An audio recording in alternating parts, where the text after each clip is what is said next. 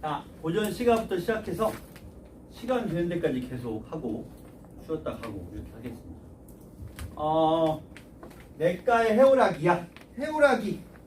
해오라기야 이렇게 불렀어요. 따라서 여기에 뭐뭐느냐라고 하는 2인칭 어미가 의문형 어미가 쓰인 거는 해오라기를 청자로 설정한 셈인데, 그렇다고 해오라기 보고 직접 들으란 말은 아닙니다. 해오라기가 가리키는 대상은 따로 있어요. 간접적으로 가리키는 대상이. 근데 잠깐, 해오라기는 어떻게 생겨먹은 새예요? 본 적 있어요? 없어요? 해오라기는 어떻게 생겼을까? 무슨 색이야? 커, 작아? 날아, 못 날아? 아, 새냐고. 그럴 수 있지, 그치? 두루미는 봤어요? 두루미? 이런 거. 요새는 도시에도 많이 날아다니니까. 청계천에도 또 많이 있던데. 해오라기는 개들이랑 비슷해요. 하얗고, 다리가 길고요. 그 다음에 부리도 길어요. 그래서 얕은 물가를 그 긴 다리로 걸어다니면서 물고기를 잡아서 씹지도 않고 산채로 삼키는 놈. 탐욕적이에요. 물론 이가 없으니까 씹을 수가 없어, 애초에. 어쨌든 막 삼켜요. 그게 해오라기. 그러면 해오라기가 무심한 저 고기를 여어는 엿보아라는 얘기야. 엿봐서 무엇 하려느냐 이렇게 되죠. 자, 그러면 이거를 뭐로 보냐면 해오라기는 토식자가 되고요. 고기는 피식자가 됩니다. 그러면 포식자가 피식자를 엿보는 건 뭐 하려고 엿보는 거야? 잡아 먹으려고 엿보죠. 그걸 뭐 이유가 따로 있겠어요? 따라서 엿보다라고 하는 것은 탐욕적인 행위죠. 무엇 하려느냐? 그 다음에 아마도 한물에 있으니 네 자신들. 한물이란 하나의 물이니까 그냥 같은 물이란 의미고요. 네 자신들은 잊은들. 잊으면 어떻겠냐? 서리법이죠. 따라서 이 말은 잊어다오. 잊어줘 라는 거지. 잊어줘. 그럼 여러분 생각에 이 시는 해오라기가 썼겠어? 고기가 썼겠어? 고기가 썼을 리는 없잖아요. 그냥 고기 입장에서 썼겠죠. 그러면 먼저 해오라기 즉 포식자는 누구냐? 이거는 당대의 권력을 쥔 쪽 혹은 상대 당파를 가리킵니다. 그럼 고기는 누구를 말하는가?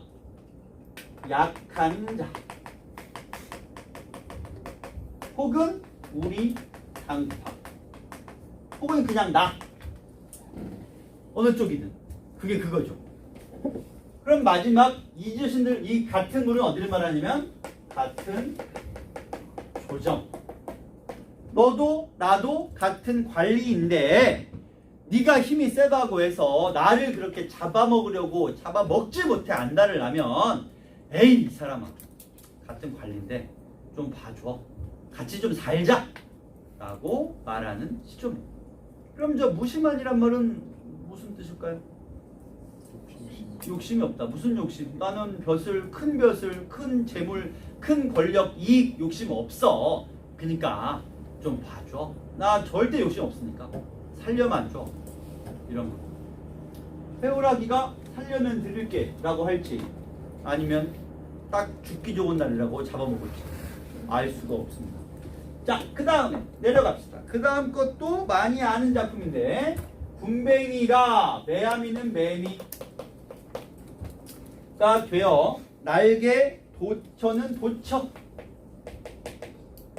날개 도처 날아올라 높은 남개는 나무에예요. 이거 기억 고경어인데 중세문법 아는 사람은 기억이 날 것이고 모르는 사람은 어쩔 수 없죠. 뭐 지금 무법시간도 아니니까 그냥 나무에. 소리가 좋거니와 소리, 여러분 매미의 일생에 대해서 대충 알고 있잖아요. 땅 밑에서 오랜 시간 살다가 하늘로 날아올라가지고 신나게 울지만 그렇게 오래 울진 못하죠. 또 금방 죽으니까. 자, 네가 드디어 나무에 올랐구나. 얼마나 소리가 좋아. 그러나 그 위에 거미줄이 있으니 우희는 위에입니다. 히읗 쪽 히읗 고경어인데 뭐 넘어가고 거미줄이 있으니 그를 조심하여라 이렇게. 자 나와봐요. 다른 시조에 이런 내용이 있어요. 너희들이 올라가라길래 내가 높은 나무에 올라갔다. 니들이 나 올려줬잖아. 그런데 왜 내가 올라오고 났더니 나무를 흔들어? 야, 니네 참 나쁘다. 이런 내용으로 된 시조가 있어. 이때 높은 나무란 뭘 말하냐면 고위 관직을 말해. 다시 말해 자꾸 밀어서 나보고 높은 자리에 올라가래. 그래서 나도 별로 내키진 않지만 그래 뭐 그러자 올라갔어. 그랬더니 밑에서 모함을 하고 험담을 하고 당장 나를 거꾸로 들이지 못해 안달이 났어. 나 이럴 바에야 대체 나를 왜 올렸어? 처음부터 밀어 올리지 말지. 고전 시가에서 높은 나무는 고위 관직을 가리키는 경우가 많아요. 다시 말해 이것은 아래 저 밑에 일반 아예 벼슬이 없었거나 아니면 말단직에 있던 사람이 고위 관직까지 올라가요. 신났죠. 하지만 언제 함정에 빠지고 모함에 빠질지 모르니까 조심해라 이런 얘기죠. 따라서 우리는 높은 나무를 고위 관직이라고 하고요. 그 다음에 거미줄은 위기라고 하면 되겠는데 이거 좀 구분해 보자. 조심하여라는 말을 조언 그리고 경고 나눠 봅시다. 조언으로 보면 정말로 나를 걱정해서 하는 말인 거지. 야, 너 조심해. 그래서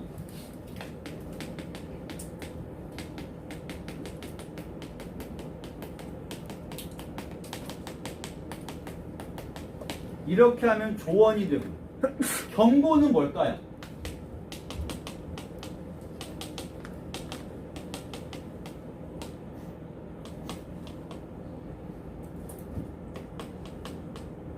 모함을 경계하라. 너 까불면 가만히 안 둔다. 조심해. 야, 겸손하게 살아. 이런 거죠. 자, 그 다음 이제 긴 내용으로 가서 현대시적.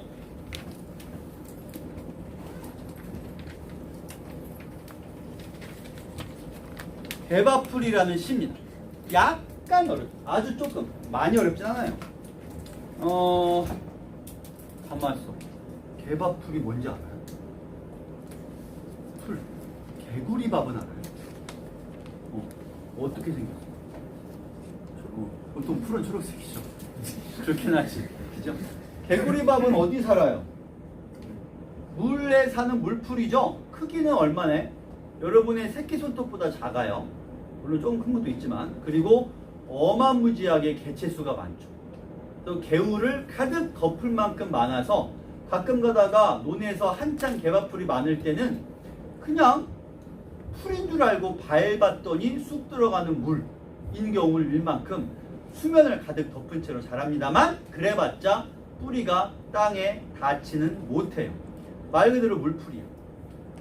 자, 그러면 현대시에서 풀은 어떤 계층을 가리켜? 양반? 야, 내 궁금한 게 니네 아직도 이거 모르지? 무슨 뜻이야? 나는 당신들 중에 지금 여기 한 30명 앉아있으면 이 말의 의미가 뭔지 모르는 사람이 20명이 넘을 거라는데 500원을 걸 수 있어요. 아니면 내 오늘 점심을 걸 수 있어요. 지면은 굶은 적이지만 걸 수 있다. 왜 당신들이 민중을 모를 거라고 내가 생각하냐면 일반적으로 서민 그러면 힘없는 사람이란 뜻입니다. 빈민 가난한 사람이란 뜻이고요. 국민 주권이 있는 사람을 가리켜요. 시민은 시민의식을 가진 사람이지 무슨 군민 말고 시민 이런 거 아니야. 저기 뭐 화도읍에 살거나 아니면 어디 그 오남읍에 사는 사람도 시민이 될 수 있어요. 왜냐면 남양주 시민이어서가 아니라 시민의식이 있냐 없냐의 문제인 거예요. 그럼 민중은 뭐예요? 민중은 뭐예요? 민중은 어떤 나라에 없을수록 좋아요. 그러면 내가 앞에서 말했던 서민 혹은 아까 국민이 어떤 나라에 없을수록 좋다. 말이 안 되죠. 많을수록 좋죠. 그 다음에 시민도 마찬가지. 많이 있어야 돼요. 근데 민중은 없어야 돼요. 없는 게 최고야. 민중은 어떤 사람인데? 서민이나 빈민이랑은 뜻이 달라요. 어떤 사람? 민중은 그 뜻 자체에 억압받는 자, 그리고 빼앗기는 자, 착취당하는 자의 의미를 품고 있어. 따라서 민중이라는 말은 말 자체가 이미 저항을 필연적으로 담고 있어요. 왜냐하면 억울한 사람들. 자, 빈민이 억울한 사람들이냐? 아닐 수 있죠. 모든 빈민이 다 억울하나? 아니죠. 서민은 억울하냐? 억울한 일을 당해야 억울하겠죠. 힘이 없어도 억울한 일을 안 당하면 안 억울하지. 하지만 민중은 다 억울해. 억울한 게 맞아. 민중이란 말이 원래 그 뜻이니까. 이 현대시에서 풀이 의미하는 바가 민중이라고 하면 그 민중이 의미하는 바 자체가 저항하려는 의지와 긴밀하게 연결될 수밖에 없습니다. 요걸 좀 알아두시고요. 자, 그럼 갑시다. 아닌 밤중에 일어나 신눈을 뜨고 논교에서 킁킁거리며 맴도는 개밥풀. 화제이자 제재예요. 떠도는 발끝을 물밑에 닿으려 하나. 요 자체가 삶의 터전이 불확실. 그냥 대놓고 말하면 없어요. 뿌리 내리단 말을 왜 써? 삶의 터전이 확실할 때 뿌리 내리다 라는 말을 쓰잖아. 근데 이들은 그게 없다니까. 미풍에도 저희끼리 밀고 밀리며 논교에서 맴돌아요. 미풍이란 말은 아주 가벼운 고난.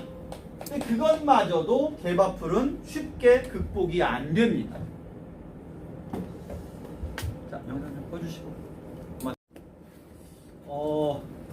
개밥풀에 대해서 좀 더 얘기를 할 게 있는데, 이 개밥풀은 너무 가볍고 얇다 보니까 여기 반개나 물장군이라고 하는 건 본 적 있나요? 반개? 물장군 이런 거? 오히려 요즘에 난 전혀 못 봤는데 요즘에 아파트 그 밑에를 다니다 보면 가끔씩 하늘소나 물장군이 소. 이게 여기 왜 있는 거야? 여기 왜 왔어? 생각해봤더니 그 방학 때 학생들 숙제 뭐 키우고 이렇게 하잖아요. 거기서 그냥 놓아주거나 아니면 도망쳐 나왔거나 탈주했거나 그래서 아파트에 그런 애들이 1층에 가끔 있대. 나도 봤어. 옛날에는 이제 이런 애들이 개울, 논가에 많이 살았습니다. 그럼 여러분들 생각에 얘네 둘은 크기가 개밥풀에 비해서 굉장히 크겠죠. 여기서 주의해야 될 게 저 반개와 물장군을 억압자라고 고정해서 생각하는 것은 명확한 해석은 아니에요. 그럼 가장 좋은 해석은 뭐냐면 그냥 저들이 힘센 자인 거죠. 그래서 힘센 이들이 억압하려고 덤벼들거나 아니면 그냥 옆에서 쓱 지나가기만 해도 개밥풀은 흩어지거나 갈라져요. 근데 그것이 억압을 당해서 체념하고 좌절하고 고통스러워한다기보다 뒤에 보시면 등을 타고 앉아 휘파람 불며 저어간다라는 말에서 보듯이 오히려 그들을 타고 앉아서 자기 삶을 계속 살아나가는 모습. 이게 무슨 타고 앉는다는 말이 위로 올라간다는 뜻이 아니라 그냥 억압당해서 체념하거나 좌절하지 않고 계속해서 삶을 살아간다의 의미로 이해해줘야 돼요. 그럼 이렇게 해봅시다. 일단 반개와 물장군이라고 하는 거는 힘, 센 이들을 가리키고요. 등을 타고 앉아 휘파람 불며 저어가노라 라고 하는 것은 체념이나 좌절 없이 끈질긴 생명력과 긍정적인 자세를 보인다. 이렇게 이해해주면 될 것 같습니다. 억압과 극복이라고 보기에는 무리가 있어요. 여기 명확한 공격성이 반개와 물장군에 보이지를 않거든요. 근데 스크럼은 뭐래? 스크럼? 태경아, 스크럼 뜻 좀 크게 읽어봐라. 여럿이 팔을 바싹 끼고 행리를 이루는. 그러니까 무슨 말이죠? 이렇게 길이 있으면 여러분도 왜 그런 경우 해본 적 있지 않나요? 길 앞에서 한 서너 명이 친구 사이 모양인데 나란히 걸어가. 근데 느릿느릿 걸어가면 뒤에서는 이렇게 할 수가 없어. 앞에 걸어가니까. 스크럼이라고 하는 거는 이 단어를 듣자마자 당신들은 떠오르는 게 별로 없을 텐데 당신들의 부모님들 세대는 머릿속에 팍 하고 떠오르는 게 누구나 있을 겁니다. 왜냐하면 스크럼이라고 하는 건 단순히 팔짱을 끼는 게 아니고요.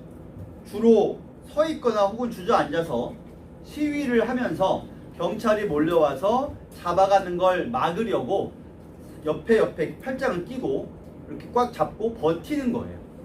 뜯겨가지 않게끔. 스크럼은 주로 민주화 시위를 진행하던 사람들이 이 시위 현장에서 잡혀가지 않기 위해서 자기들끼리 서로를 의지해서 붙잡는 것을 스크럼이라고 흔히 얘기했어.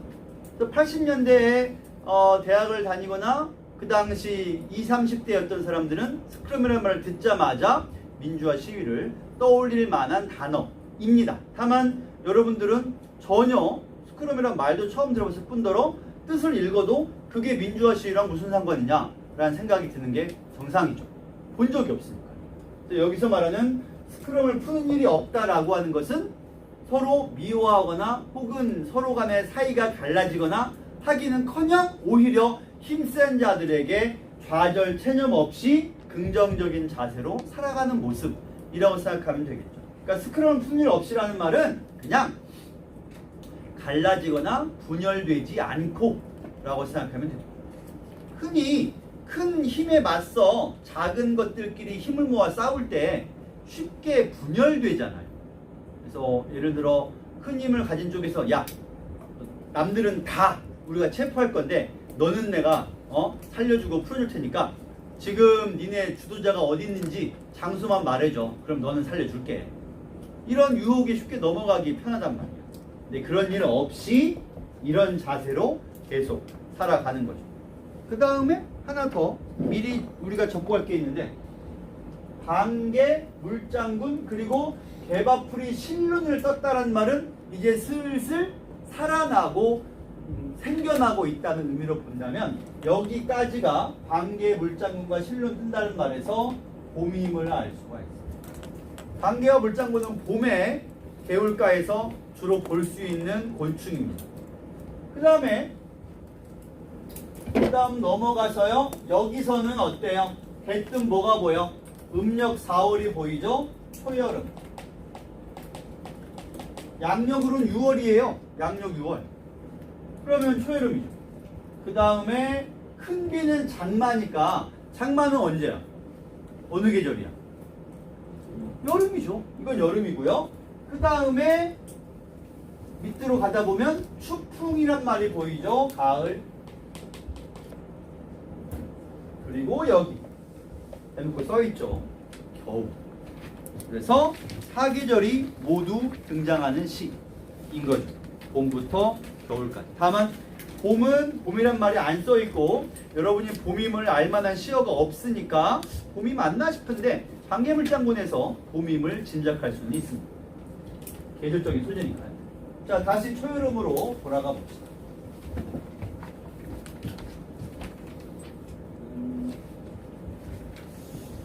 어느 날 여기부터죠. 별집 사이로 빠지는 열기, 음력 4월 문온의 개밥풀의 함성. 논의 수확을 위하여 우리는 우리의 몸을 함부로 버리며 우리의 자유를 소중히 간직하더니. 질문. 요 두 행에서 대조되는 단어의 쌍을 말해. 몸과 자유. 맞는 말인데 그거 어떻게 알았어? 보통 몸과 자유가 반대야? 맞긴 했어. 근데 어떻게 알았냐? 읽어봤을 때. 감이 천재죠. 학원에 다닐 필요가 없다. 감으로 다 보니까 왜 다녀요? 어차피 다 아는데. 버리다와 간직하다가 반대말인 거는 당연하잖아요. 그렇지 않습니까? 버리다와 간직하다. 그럼 버리다와 간직하다가 반대말이니까 몸과 자유라고 하는 것도 서로 짝이 되고 대비가 되죠. 그럼 이 말은 무슨, 몸을 버린다고 하는 것은 희생, 헌신을 말하고 그 와중에도 자유를 간직한다고 했으니 이것은 지키려는 가치. 희생과 헌신을 통해서 지키려는 가치가 자유. 그럼 몸과 자유가 반대라고 보기는 어려운 게 여기서 몸이라고 하는 건 자유의 반대인 구속은 아니고 자유를 지키기 위해서 희생할 수도 있는 것의 의미인 거죠. 다시 말해서 얘와 얘가 원래 반대가 아니라 자유는 반드시 지켜야 할 것. 몸은 그걸 지키기 위해서라면 희생할 수도 있는 것. 이렇게 짝이 되는 거지. 자유의 반대말은 구속 아닌가요? 그런 반대는 아닌 거예요. 여기서. 자, 그러면 우리는 계속 개바풀이 민중임을 알고 이 시를 읽고 있으니까 여기서도 민중이 자유를 위해서 희생과 헌신을 한다는 것까지 파악을 했어요. 그 다음 큰 비는 큰 시련이 되겠죠? 큰 시련. 어느 날 큰 시련이, 큰 고난이, 큰 역경이 우리를 뿔뿔이 흩어놓았어요. 개바풀은 이리저리 전복되어 도처에서 그의 이파랑이 햇살에 널리우고 더르면 장강의 소용돌이에 휘말렸다. 이파랑이를 햇살에 널리우고 물풀인데 비가 많이 와서 개울에서 넘쳐가지고 옆에 논바닥으로 갔어. 근데 이제 비가 그치고 개울에 있는 물풀이 다시 개울로 혼자 돌아올 수는 없잖아요. 그럼 이파랑이를 햇살에 널리웠단 말은 무슨 말이 돼요? 그냥 죽음이죠. 물풀이 물을 떠나면 죽어야지 어떻게 살 수가 없어요. 희생을 말하고요. 이건 장강의 소용돌이 휘말린 것 또한 마찬가지 희생이 되겠죠. 물풀이 희생될 만한 소재는 너무 많아요. 이런 것들에 의해서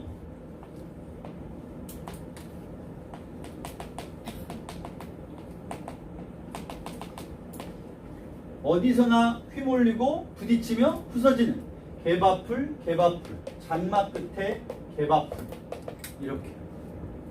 그래서 운율까지 동원해 가면서 장마가 끝나면 개바풀의 운명은 너무나도 가볍게 쓰러지는 것을 말해주고 있습니다. 자욱한 볏짚에 가려 하늘은 보이질 않습니다. 벼가 그만큼 많이 자랄수록 햇빛을 차단하고요. 그 다음에 논바닥을 파헤쳐도 우리에겐 그림자가 없다. 이건 좀 의미가 좀 모호해요. 그림자가 없다니 무슨 말일까요? 그림자가 없다? 뭔 말이야? 그림자가 없는 조건이 뭐야? 햇빛을 못 받아. 그럼 그림자가 없겠지. 근데 그 얘기는 위에서 썼고요. 이 얘기는 또 무슨 뜻이로 하냐면 햇빛이 비쳐도 건물, 나무, 막대기 이런 외에 그림자가 있어. 그런데 아주 작고 얇은 것 이런 것들은 그림자가 찾기 어렵게 드리워지죠.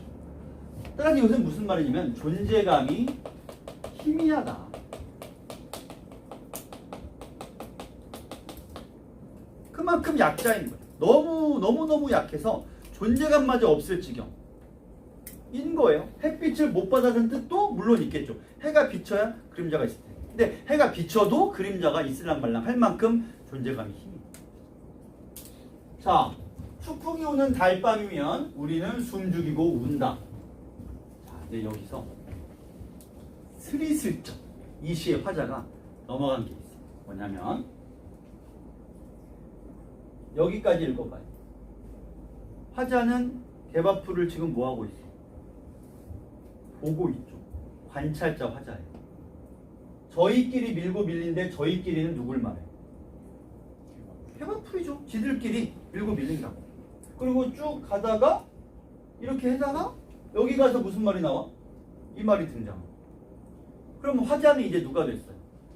개바풀이 됐어요. 즉 화자는 개바풀을 관찰하는 타자였다가 이제 개바풀의 하나가 된 거죠. 은근슬쩍 넘어갔어요.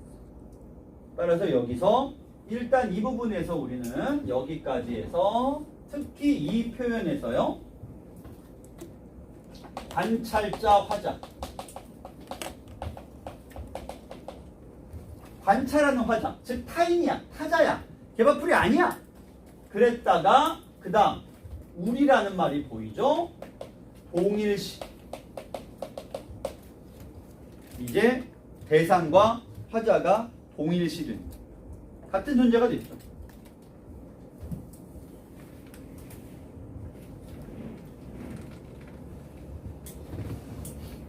자, 다음 여기까지 했고요. 달밤이면 우리, 계속 우리라고 말하죠. 우리는 숨죽이고 운다. 개밥풀이 여전히 고통받고 있습니다. 옥기스러워 눈물을 찍어내며 귀뚜라미 방울새에 비비는 바람, 그 속에서 우리는 숨죽이고 운다. 가을의 계절감과 함께 비극적인 정서를 자연물까지 동원해서 표출하고 있어. 겉으로 드러냈죠? 운다. 이렇게. 여기까지 가을이고요. 이제 겨울입니다. 겨울이 좀 애매해. 겨울의 의미를 파악하기가 쉽지 않아. 보세요. 씨앗이 굵어도 개밥풀은 개밥풀. 너희들 봄의 번성을 위하여 우리는 겨울 높바닥에 말라붙는다. 우리가 누군지는 알겠어. 내 질문은 이거예요. 너희는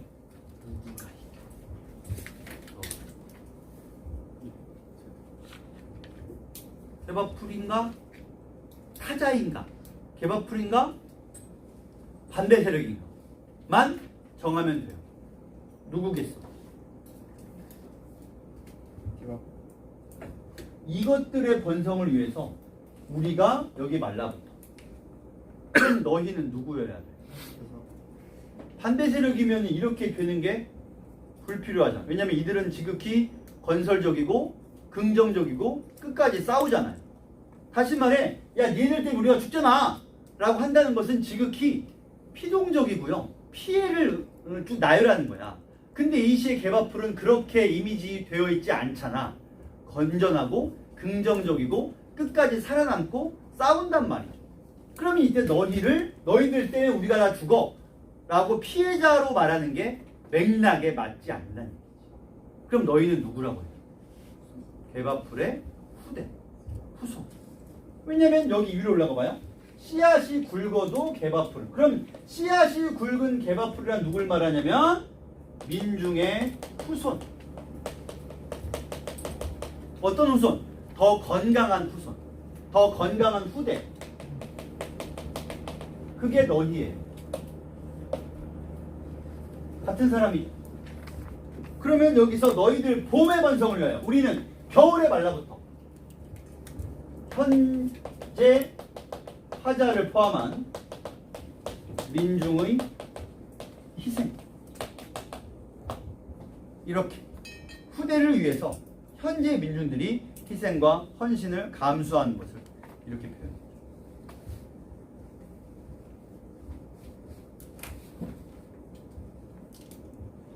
자, 두 가지 얘기를 더하고 이 시를 마칠 겁니다. 첫 번째, 이 시는 사계절이 다 나오잖아. 시제는 어때? 각 행들의 시제, 시간, 시제 선어말 어미가 다 뭐로 쓰여 있어요? 현재 시제. 이 시는 현재법을 사용했어. 왜? 현실감, 현장감을 주려. 의도적으로 현재법을 사용했습니다. 다음 두 번째. 첫 번째 현재법 모르면 안 돼. 다음 두 번째 얘기인데. 자, 여기를 좀 보세요. 박모걸이란 이름은 알죠? 이름은 알지? 그럼 보세요. 이건 박모걸 씨는 아니야.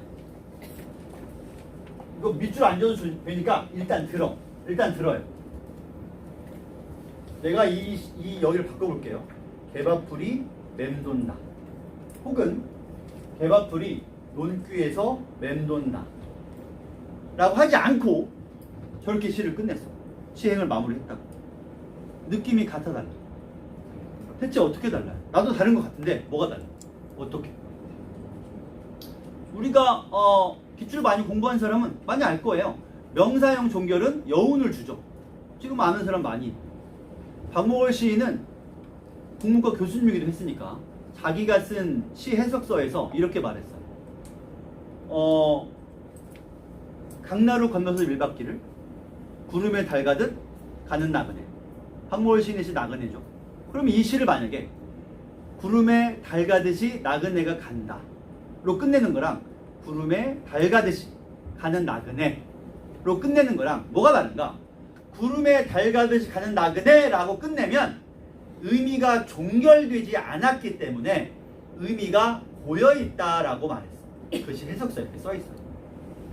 다시 말해서 구름에 달가듯 가는 나그네라고 하면 독자는 가는 나그네가 그래서 뭐 어쨌다는 거냐 그 다음 얘기를 궁금해하게 되어 있어. 한국인은 누구나 그래. 왜냐면 종결형이 아직 안 났으니까. 근데 나그네가 간다 그러면 정보가 끝. 이제 더 이상 할 말이 없는 거야. 아 끝났구나 하고 인지하게 되죠. 근데 가는 나그네라고 하면 그 나그네가 그래서 그 다음에 뭐냐를 기대하게 돼요. 그래서 의미가 거기 고여있기 때문에 완전히 완결이 안 났으니까. 그래서 여기도 명사형 종결을 활용해서 의미의 여운을 주고 있다. 그러니까 이거는 뭐 기계적으로 명사형 종결이면 여운 알아도 수능 문제 푸는데 무리는 없어. 풀려요. 근데 그게 왜 여운이냐? 왜 의미가 고여있냐라는 걸 한번 설명을 해준 거예요. 앞으로도 이렇게 알아두면 좋을 것 같아요. 자, 다음. 자, 후송이라는 현대 소설인데 작품에는 전체 분량의 극히 일부만이 실려있어요. 이렇게 긴데도 불구하고 일부밖에 안 됩니다. 그래서 전체 분량의 중에서 중요한 대목을 프린트로 제공을 할 텐데 일단 지금은 없으니까 일단 필요한 대로 내가 말로 설명하면서 시작을 할게요. 갑니다. 그런 증상이 언제부터 시작되었지요? 한 2년. 그런 증상은 무슨 증상?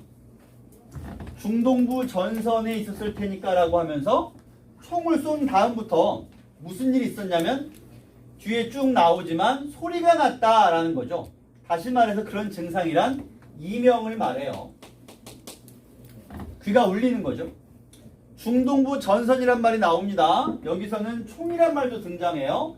그럼 이것은 전쟁의 다시 말해 긴장감을 불러일으키는 소재들이 되죠. 전쟁, 전선, 총 이런 건 긴장감과 상관이 있으니까 이 글에서 당장 전쟁 중인가는 알 수 없어요. 잘 모르겠어. 근데 전쟁 중인 걸로 보이긴 해. 후송도 가고 미군 집차도 마주치고 하니까요. 그러나 뭐 확실치는 않으니까 그건 뭐 불필요하고 계속 갑시다. 20개월쯤 전인데 총을 쐈어. 45구경 권총을 쐈대요. 150발을 선자리에서 다 쏘았다. 그냥 쏘아댔다. 뭐가 있었냐고요? 빈깡통. 이거 말곤 아무것도 없어요. 자, 한 명도 없나? 총 쏴본 사람. 실제 총. 손 들리는 줄 알았어요. 깜짝 놀랐습니다. 자, 총, 진짜 한 명도 없어요? 응? 아, 사격장 말고 실탄이 든 K2나 뭐 M16이나 이런 거. 뭐 그럴 수도 있죠. 뭐 늦든 빠르든 쏘게 되겠지. 여학생은 아니겠죠. 뭐 여학생도 가능은 합니다. 세상에 불가능한 건 없으니까. 총소리는 여러분이 생각하는 것보다 더 커요. 근데 내가 실제 총을 쏘고 소리를 들었을 때 가장 공포심을 느꼈던 거는 이렇게 대고 쏘니까 당연히 귀가 여기 있잖아요. 그럼 여기서 화약이 터져. 그 소리가 뭐 펑 이런 게 아니고 뻑 소리가 나요. 그러니까 소리가 굉장히 둔탁하면서 날카로워. 뻑 소리와 함께 총이 쏘아지면 소리가 큰데 근데 화약이 터지는 소리는 그냥 예상을 하니까 그런가 보다 하는 건데 진짜 무서웠던 건 소름 끼쳤던 건 총알이 워낙 빠르잖아요. 그럼 얘가 유체를 뚫고 진행하는 소리가 다시 말해 우리가 흔히 말하는 공기를 찢는 소리가 그게 너무 소름이 끼쳐요. 저 정도의 속도감을 가지고 탄이 진행하는데 저기에 맞으면 저거는 그리고 현대전의 대부분의 총은 회전하면서 가거든요. 총알이. 그러니까 실제로 몸의 앞에 있는 구멍하고 총탄이 몸속에서 회전하면서 신체를 찢으니까 뒤로 나올 때 구멍이 훨씬 더 크죠. 그 다음에 남학생들은 나중에 군대 가면 지금도 이거 하는지 아마 할 텐데 신교대 가서 신병교육대 가서 한 2, 3주 있다가 보면 아침에 이제 나오라고 이상하다. 왜 자꾸 떨어뜨리지? 어쨌든 나오라고 하고 트럭에 태워. 그리고 갑니다. 어디 가는지 안 알려줘요. 왜 안 알려주지? 웅성웅성 하고 있으면 3주 만에 신교대로 나가. 그러면 간판이 보이죠? 민간에 갈 간판. 너무 좋아. 간판만 봐도 너무 행복해서 막 읽고 있어요. 행복한 거지. 그리고 간판이 지나가고 나면 갑자기 산 속으로 들어가. 그러고서 내리래. 내려야죠. 들어가래. 들어가야죠. 또 굴 같은 데 들어가서 앉아 그러면 앉아 있어요. 전등이 켜져 있고요. 그러니까 이런 거야. 뭐 언덕 같은 게 있고 문이 있어. 그럼 들어가서 이렇게 여기 앉아 있어요. 그럼 그냥 은은하게 소리가 밖에서 무슨 뭔 소리가 들려. 그럼 뭐 사격장인가 하고 있죠. 그러다가 이제 나올 때쯤 되면 이제 알려줍니다. 무슨 일을 한 거냐면 여기다가 이렇게 펑펑펑. 그럼 속에서 이제 무슨 일이야? 왜? 뭐지? 하고 있는 거지. 지금 여기 터지고 있는데. 그럼 나오고 이제 말해. 이런 일을 왜 해요? 그러니까 나중에 실전에서 적의 사격 때 패닉에 빠지지 않고 견딜 수 있게 체험을 미리 해보라는 거예요. 미친 짓 아닙니까? 왜 체험? 물론 밀덕들은 좋겠지. 신나겠지 아주. 하지만 사람들 나오게 되면 보통 굉장히 깜짝깜짝 놀라요. 이런 일이 있었다는 걸 알려줍니다. 그리고 나중에 다 경험하는 건 아니지만 보병부대 가면 60mm 사격을 60mm 곡사포 사격을 이제 하게 됩니다. 그럼 이게 날아가서 터지는 걸 이제 여기서 아니면 딴 데서 보고 있어요. 그러면 무슨 소리가 나냐면 터지는 소리야 당연히 나지. 말했잖아. 터지는 건 안 무섭다니까. 터지기 전에 60mm 포탄은 돌면서 날아가거든요. 그러니까 휘리리리리 소리가 들려. 저 멀리서 포탄이 저렇게 날아가는데 중간에서 내가 있으면 휘리리리하고 함께 이렇게 날아가서 저기서 터지고 그때 그 휘리리 소리가 듣고 있으면 그 소름을 어떻게 말로 할 수가 없어요. 너무 무서워. 터지는 것보다 그게 더 무서워. 공기 찢는 소리랑 공기 도는 소리. 그러니까 결국 이 작품 자체가 의미하는 바가 뭐냐면 전쟁이 주는 파괴와 그로 인한 정신적인 고통, 그 다음에 군대라는 집단의 의사소통이 안 되는 것, 일방적 소통을 다루는 작품인데 지금 이 사람은 이명이 들린다. 이때 이명이라고 하는 건 총을 쏴서 생겼다라고 이 사람은 생각을 해요. 사실은 아니야. 이 사람은 병이 있어. 희귀병이 있거든요. 근데 그걸 총쏠 때문이라고 생각하는 거죠. 150발을 선자에 쏘면 무슨 일이 일어나느냐? 일단 150발을 선자에 쏘는 건 미친 짓입니다. 왜냐면 그러면 총열이 상해. 안에서 강선이 다 녹거나 해서 더 쏘게 되면 총열이 녹아서 제대로 발사가 안 됩니다. 그러니까 진짜 전쟁 영화 고증을 확실히 한 건 막 사격을 하다가 총을 들고 옆으로 뛸 때 보면 이 사람은 여기를 들고요. 옆에서 부사수가 장갑을 끼고 총신을 빼서 들고 같이 뛰어요. 총신을 딴 걸로 바꿔서 꽂고 다시 이렇게 사격을 하는 게 그게 원래 맞죠. 왜냐면 쉽게 진짜 쉽게 달궈져. 엄청 뜨겁고 손대면 안 돼요. 자, 전쟁에 대한 긴장감을 말하고 있는 작품인데요. 그 다음으로 가볼까요? 빈 깡통을 본 순간 없애버리고 싶었어요. 어차피 빈 깡통인데 근데도 불구하고 막 탄창을 끼우며 바느질을 당겨요. 어깨가 무거워지며 피로가 들어. 왜냐면 총을 쏘면 반동이 심하니까. 그의 마음은 후련해. 격발 반동은 쾌감을 줬어. 충격이 제일 쾌감이 있고요. 상쾌한 고통이 짜릿하게 파고듭니다. 미친놈인가? 격발할 때마다 깡통이 튀어올립니다. 쾌감도 따라 올라가죠. 하지만 빈 깡통만 이지러져 있을 뿐입니다. 그러면 일단 여기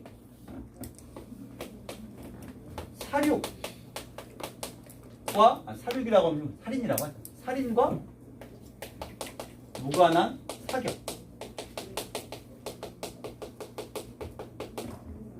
근데 그것을 상식적으로 이러면 안 된다 그랬어요. 150발을 쏘면 안 돼.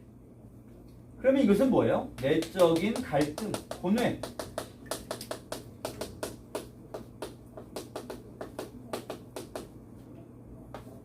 더하기. 이게 혹시 이 사람의 폭력성 아니냐? 원래부터 내면에 내재해 있던 총을 막 와다다다다 갈기고 싶은 폭력성을 드러내 보여준 거 아니냐? 이렇게 생각합시다. 폭력성을 전쟁 혹은 무기 등으로 발현된다. 내면에 있던 폭력성이 전쟁과 무기 등으로 발현된 거야. 그럼 거꾸로 말하면 무슨 말이냐면 전쟁과 무기가 아니었다면 이 사람의 폭력성은 발현되지 않았을 거라는 거지. 전쟁과 무기가 통 내면에 숨어있던 폭력성을 드러내는 일종의 촉매 역할을 하게 됩니다. 자, 근데 이보다 더 중요한 게 있어요. 더 중요한 게 있어. 봐봐. 자, 요거요. 이거는 시간이 언제예요? 이 사람은 지금 군의관과 진찰을 하고 있어. 환자로서. 그럼 이 큰 따옴표가 채워진 이 문장은 언제겠어요? 150발을 쏜 때 아니면 지금 인터뷰하는 때? 지금이죠. 이건 현재예요. 근데 여기랑 여기는 어때?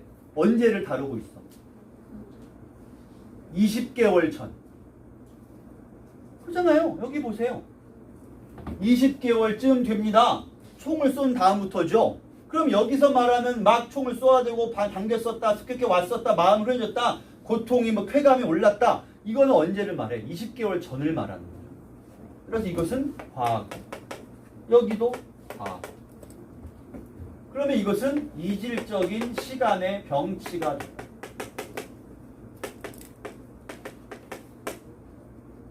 그 다음에 또 하나. 그럼 이런 현재, 그때부터 계속해서 소리가 났다라는 이 현재 문장은 과거 사건이 서술되면 속도를 지연시켜? 아니면 더 빠르게 해? 지연시켜줘. 지연시킵니다. 서술 속도를 느리게 만들어요. 중간중간에 이 대화가 들어가서.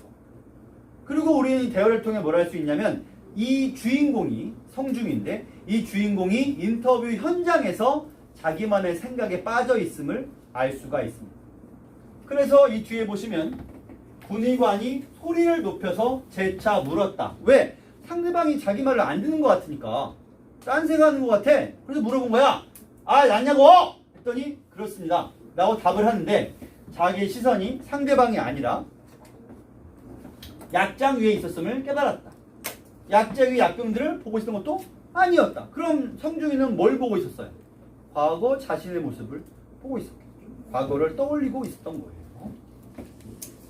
그때부터 쭉 처음엔 귀가 먹먹하도록 소리가 났습니다만 배수롭지 않게 여겼습니다. 그러나 소리는 작아졌지만 그치지를 않았어요. 원래는 그쳐야 되거든요. 이명이 있어. 귀에 원래 귀마개를 하고 특히 60mm 사격이나 무반동총 같은 거는 너무 소리가 크니까 귀마개를 하고 사격을 해요. 수총 사격은 뭐 안 하기도 합니다만 과거에는. 이명이 누구나 있는데 계속돼요. 신경외상입니다. 포병장교육이 많죠. 이 사람은 포병장교육. 포를 쏘는. 일지를 덮고 치료법이 없어요. 여기죠.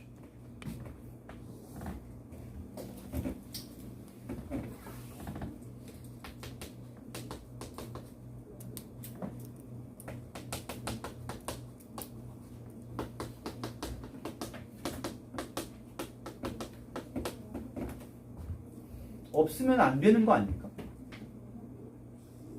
전장에서 입은 상처를 해줘야 될 거 아니야.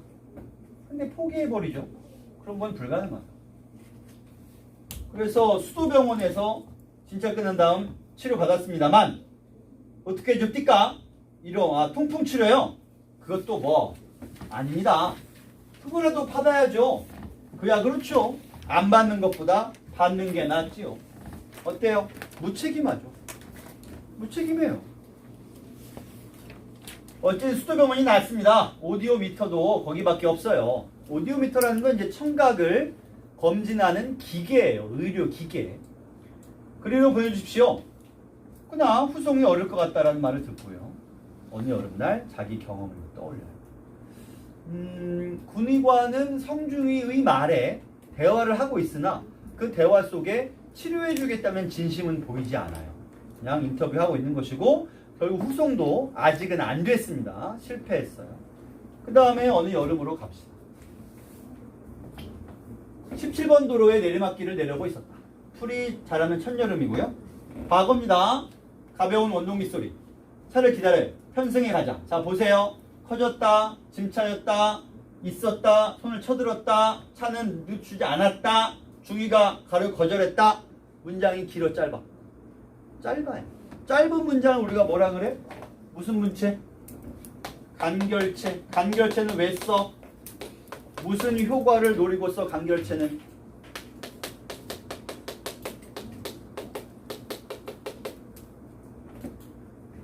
긴박감을 조성하죠.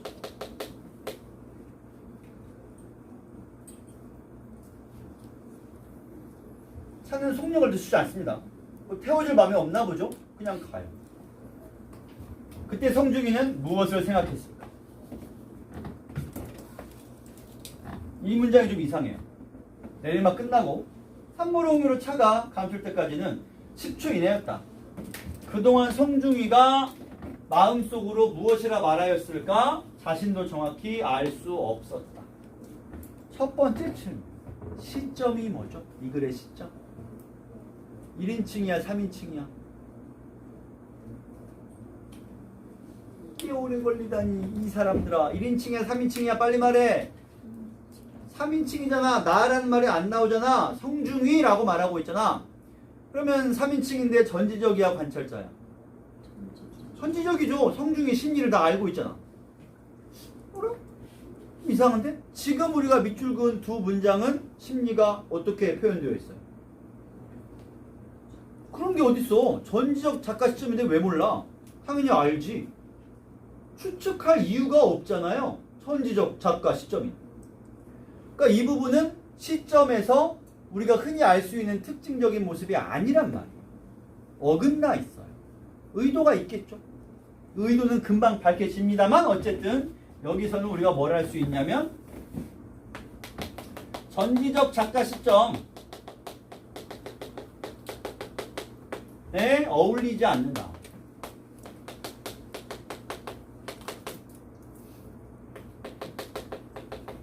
이유가 있어요. 이유가 있습니다. 나중에 나오니까 그때 얘기합시다. 차가 구비를 하였고요. 하얀 먼지가 둥글게 푹 솟아올랐어. 지극히 담담한 서술이죠. 폭탄이 터졌을 수도 있는데 그냥 먼지가 푹 솟아올랐다고만 했어요. 그리고 어떻게 된 거죠? 성중이는 10초가 10분인지도 모르겠어. 긴장을 느끼면서 돌아섰고요. 그 성중이 그 정지를 보았죠. 그 속력이 정지로 끝났어. 차는 네 다리를 하늘로 뻗고 있었다. 보통 이렇게 표현 안 하지 않나요? 뒤집어졌다거나 바퀴가 하늘로 보인다거나 해야지 다리를 하늘로 뻗어. 이거는 차보다는 무엇에 어울리는 서술이에요? 밑에 보세요. 네 바퀴 떠 있는 건 충격적입니다. 신음소리가 나요. 풀숲 속에서 사병이 옵니다. 누워있는 차가 가리킨 방향에서 미군의 작은 짐차가 오고 성중에는 그 살아있는 차를 세웠다. 그건 미군의 짐차죠. 근데 미군의 짐차를 살아있는 차라고 표현했어. 그러면 이 차는 뭐가? 이 차는 시체의 모습이죠. 차가 뒤집힌 모습이 아니라 시체의 모습이죠. 그래서 이렇게 해줘가 돼. 이 차는 마치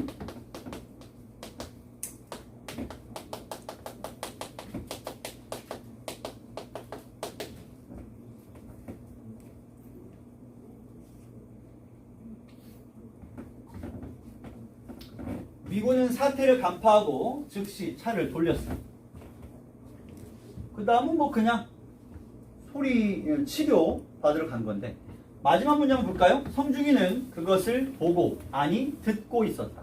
아마 실제로 듣고 있었을 거예요. 같은 그 의무대 막사에 들어간 게 아니라 의무대 옆에 막사 옆에서 그냥 듣기만 했겠죠. 그런데 왜 보고라는 표현을 집어넣었을까? 그만큼 그게 실감나고 너무나 충격적이었기 때문에 보다라는 말까지 했지만 아니지 사실은 듣고 있었지. 보진 않았지. 너무나 무서워서 보고 싶진 않았겠죠. 자, 큰 따옴표가 있습니다. 질문. 이거 누구 비명이야? 누구 비명이야 저거? 사고 당한 사람. 그 선탑자. 옆에 타고 있던 사람의 비명이겠죠. 소리가 그치질 않아요.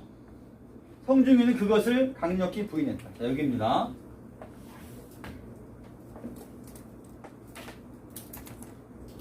뭘 부인했어요? 문장으로만 봐서는 그냥 지시적인 의미로만 보면은 뭘 부인한 거야? 함성은 부인할 수가 없어요. 신음소리를 어떻게 부인해? 불가능하잖아. 그러니까 이미 저 문장에서 우리는 그것이 뭔지를 모르겠어. 신음소리를 어떻게 부인하나? 들리는 걸 부인했다고? 아니, 부인한 건 따로 있어요. 자, 소리 없이 외칩니다. 친구를 아무나 안 한 거죠.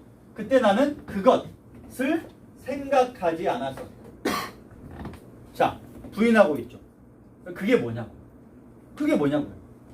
그것을 바라지는 더욱 않았었다. 그러니까 뭐냐고. 절대 바라지 않다. 자, 그러면 여기에 작은 따옴표를 넣어요. 성중의 생각이니까. 어디까지일까? 화면을 넘겨서 여기까지. 전부 성중이 내면의 생각이죠. 전지적인 서술자가 성중이를 초점화자로 보고 성중이의 생각을 쭉 따라가고 있습니다. 그때 나는 그것 뭐야? 다만 내리막에서 속눈에 나간 위험하지 않을까? 위험과 상관이 있는 뭔가겠죠? 라고만 생각했다. 위험하다고 생각했을 뿐이다. 그러면 위험은 사실 아니야. 왜냐면 위험은 인정을 하고 있잖아. 위험하다고 생각한 건 인정해. 그럼 부인하는 건 뭔데? 이 정도는 아닌 거야. 뭐 딴 걸 생각했어. 전지적인 시점이면 당연히 알 테죠. 근데 일부러 시간을 끌고 있어. 말하지 않고 극적 효과를 노리는 겁니다. 위험하다구만. 사실 위험했을까 말이다. 그렇게 달리고서 사고가 안 날 수 있었습니다. 사고라는 거. 첫 번째 힌트는 사고예요. 성중이는 나는 사고를 생각도 안 했어 라고 부정하고 있지만 진짜 부인한 건 뒤에 다시 나. 허가 봅시다. 그는 열심히 주장하고 했다. 주장하고 보니 설복된 또 알다. 설복은 설득을 당한 거야. 누가 누구에게? 성중이가 성중이에게. 그렇죠? 그러나 마음엔 허전함이 있어. 정통을 찔립니다. 사병이 무심코 시킨 한마디는 그의 아픈 데를 바로 때렸다. 성중이님을 안 태워줘서 그랬어요. 이렇게. 그럼 이 말은 성중이가 그토록 부인해온 무언가를 대놓고 이놈이 말을 해버린 거야. 이렇게 열심히 부인해왔는데. 그리고 마지막에 이제 등장해요. 여기 그냥 너무 시간 끌지 말고 여기 말하자. 여기요. 이거죠. 여기까지 연결해주면 돼요. 그것 그리고 저주. 무슨 저주? 에라 사과버려라 라는 저주. 그것을 성중이는 부인하고 있죠. 아니야, 난 그러지 않았어. 난 절대 그러지 않았어. 라고 부인하고 싶겠지. 당연히 부인하고 싶지 않겠어요? 누구라도 부인하고 싶겠지. 성중이는 묻지 않았다. 폭발사고는 교통사고보다 더 참혹했었다. 그러나 그가 보아오던 사고도 충격적이죠. 이유를 알 수 있어요. 속도와 정지의 대조라든가 자기 동일시 의식도 있었습니다. 마치 죽음이 그를 스치고 지나간 듯한 느낌이에요. 이 문장이 이 글에서 정말 중요한데 이 문장 얘기는 이 뒤에 할 겁니다. 그는 그들을 저주했는지도 몰랐다. 이것이 어떻게 전지적 시점이 될 수가 있겠냐고. 저주했으면 한 거고 안 한 거면 안 한 거지. 저주했는지도 몰랐다는 건 뭐야? 어떻게 전지적인데 그걸 모를 수가 있어? 알죠. 다만 성중이가 계속 부인하고 싶을 뿐입니다. 계속해서. 꼬라박아 버려라! 그렇다면 그의 저주는 너무 빨리, 너무 선명히, 너무 비참히 실현된 셈이었다. 에서 빗금거 끊고요. 과거 해상이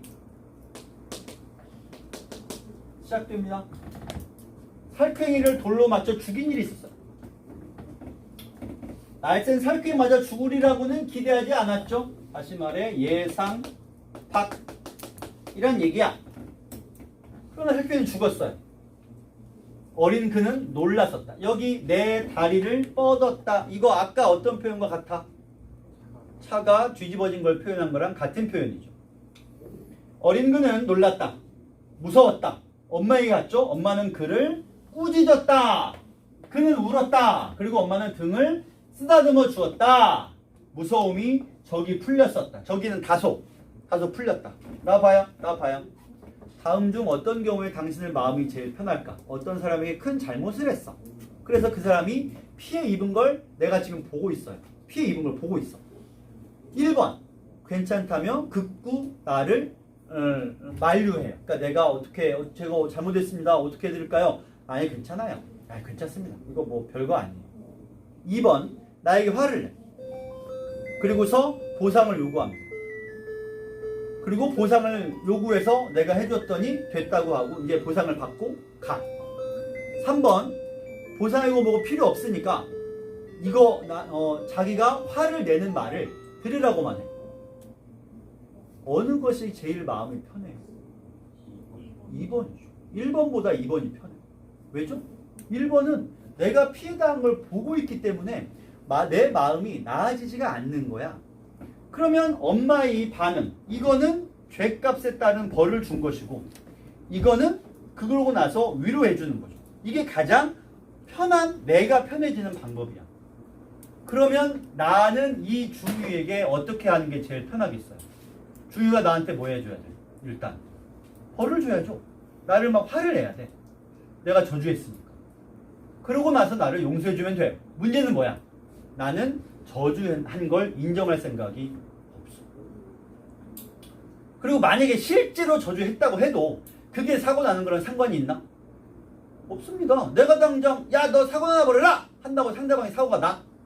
그건 그 사람 잘못이 내 잘못이 아니고 그냥 나는 말하는 것 뿐이니까.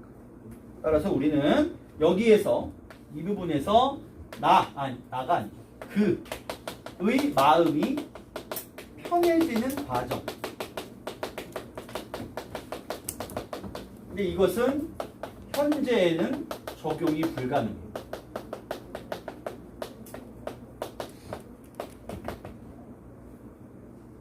그래서 이 글을 꾸짖는 거는 죄값을 말하고요. 다시 말해 처벌이에요. 그 다음에 이거는 용서죠. 두 개가 다 있어야 된다. 처벌과 용서. 근데 이번엔 글을 꾸짖어줄 사람이 없습니다. 자, 그 다음에 분명한 것은 귀에 박힌 소리치는 신음소리 뿐이었죠. 그 다음에 여기 너무 슬프죠. 죽음이 그를 스쳐갔다. 여기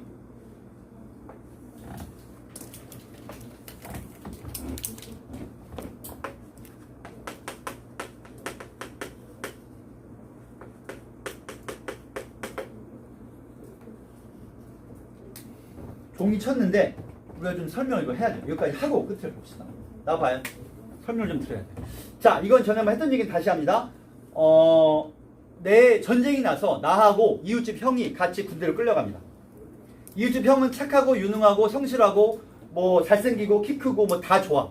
나는 이래요. 키 작고 못생기고 찌질하고 뭐 이래. 그래서 맨날 형이 나를 돌봐줬어. 동네 사람도 다 형을 훌륭하다고 하고 형이 나를 막 돌봐줄 때마다 나보고 넌 막 그게 뭐야? 라고 나를 욕했어. 마음이 기분이 나빠지는데 뭐 어쨌든 그랬어요. 전쟁터에 갔습니다. 우리 엄마가 형한테 제발 나 좀 살려오라고 부탁도 했어. 그리고 다행히 우리 둘이 잘 살았어요. 그리고 내일이면 이제 가는 날이야, 집에.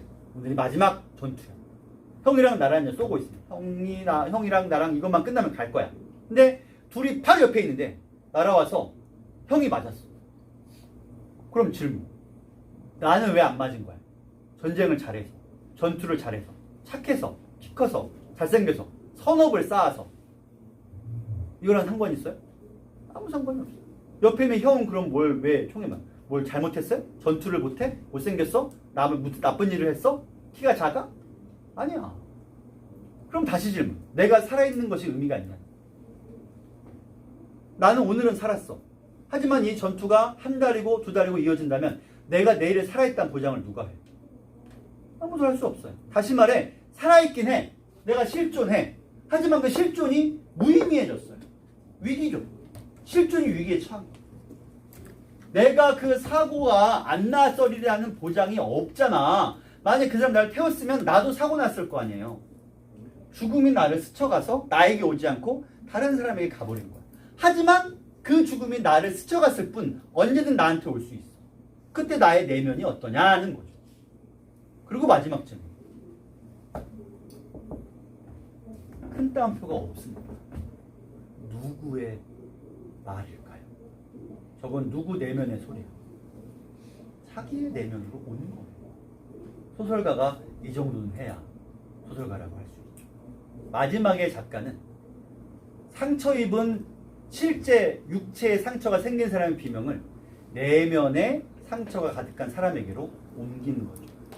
그래서 마지막에 저 네 개는 이 네 글자는 그 내면의 상처 그로 인한 비명 되는 것이죠. 이거 말고 이 작품은 사실 또 하나 뭘 다루고 있냐면 이 양반이 후송 가기까지 여러모로 의사소통이 안 돼요. 일방적인 소통만 있고 쌍방적인 소통이 안 돼. 그래서 군대라는 조직에서의 일방적인 소통을 다루는 면도 있는데 우리 지문은 그것보다 어떤 전쟁의 상처, 부담감, 전장의 고통을 다루고 있으니까 그거 위주로 수업을 했습니다. 프린트를 줄 거니까 나중에 잘 읽어보세요. 갑시다. 수경낭자전을 이해하기 위해서는 먼저 이것부터 해야 돼요. 그래서 여기다가 간단히 메모를 합니다. 우선 이 위에다가 신선계.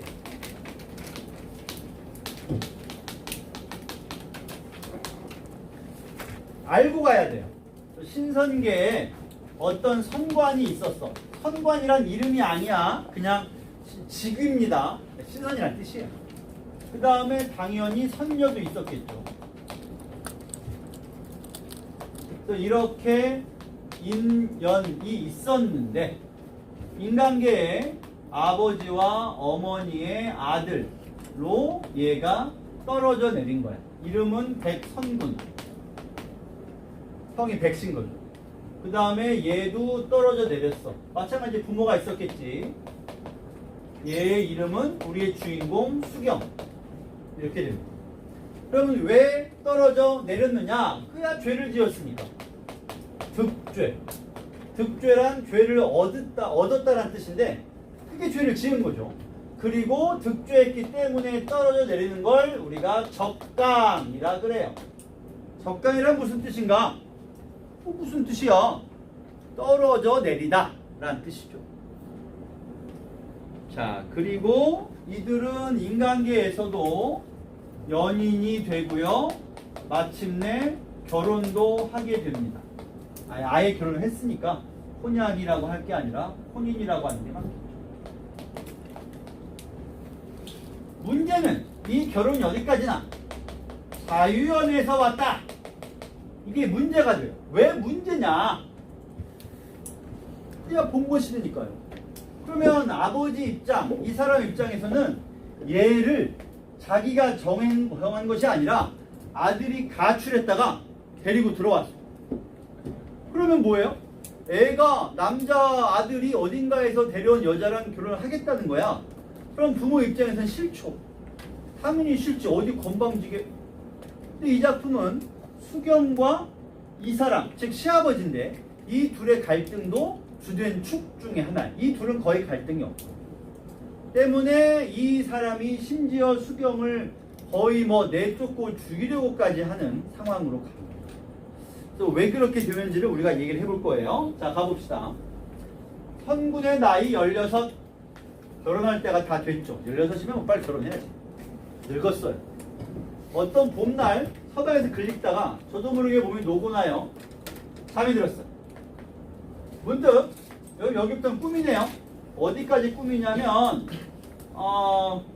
요까지가 다 꿈입니다. 그 다음 화면에 여기까지. 자, 그럼 꿈의 내용을 봅시다. 문득 노비 홍상으로 단장한 낭자가 들어왔어요. 옆에 앉더니 도련님 저를 불러오시겠습니까? 다름이 아니라 우리 둘이 천생연분이 있기로 이렇게 찾아왔습니다 하였다. 무슨 문제가 생겨요? 여기 봐요. 얘는 자기가 성관이었음을 알아보는. 몰라요. 여기 보면 나는 진세의 속객이요. 진세가 무슨 뜻이냐? 진세. 속세죠. 진세, 풍진, 홍진 다 속세라니까. 알면서 왜 그래? 자, 속세, 속된 사람이라. 그러니까 이 모르는 게 당연하지 사실은. 근데 문제는 뭐냐면 얘는 알고 있어. 심지어 얘는 얘 꿈속에 지금 나타난 거야. 비현실적이죠. 그럼 보통 이런 거는 이 상태에서 여기서 어떤 상태에서 이런 일을 할 수가 있어요? 신성기에 있을 때죠. 내려와서는 얘도 모르는 게 맞지.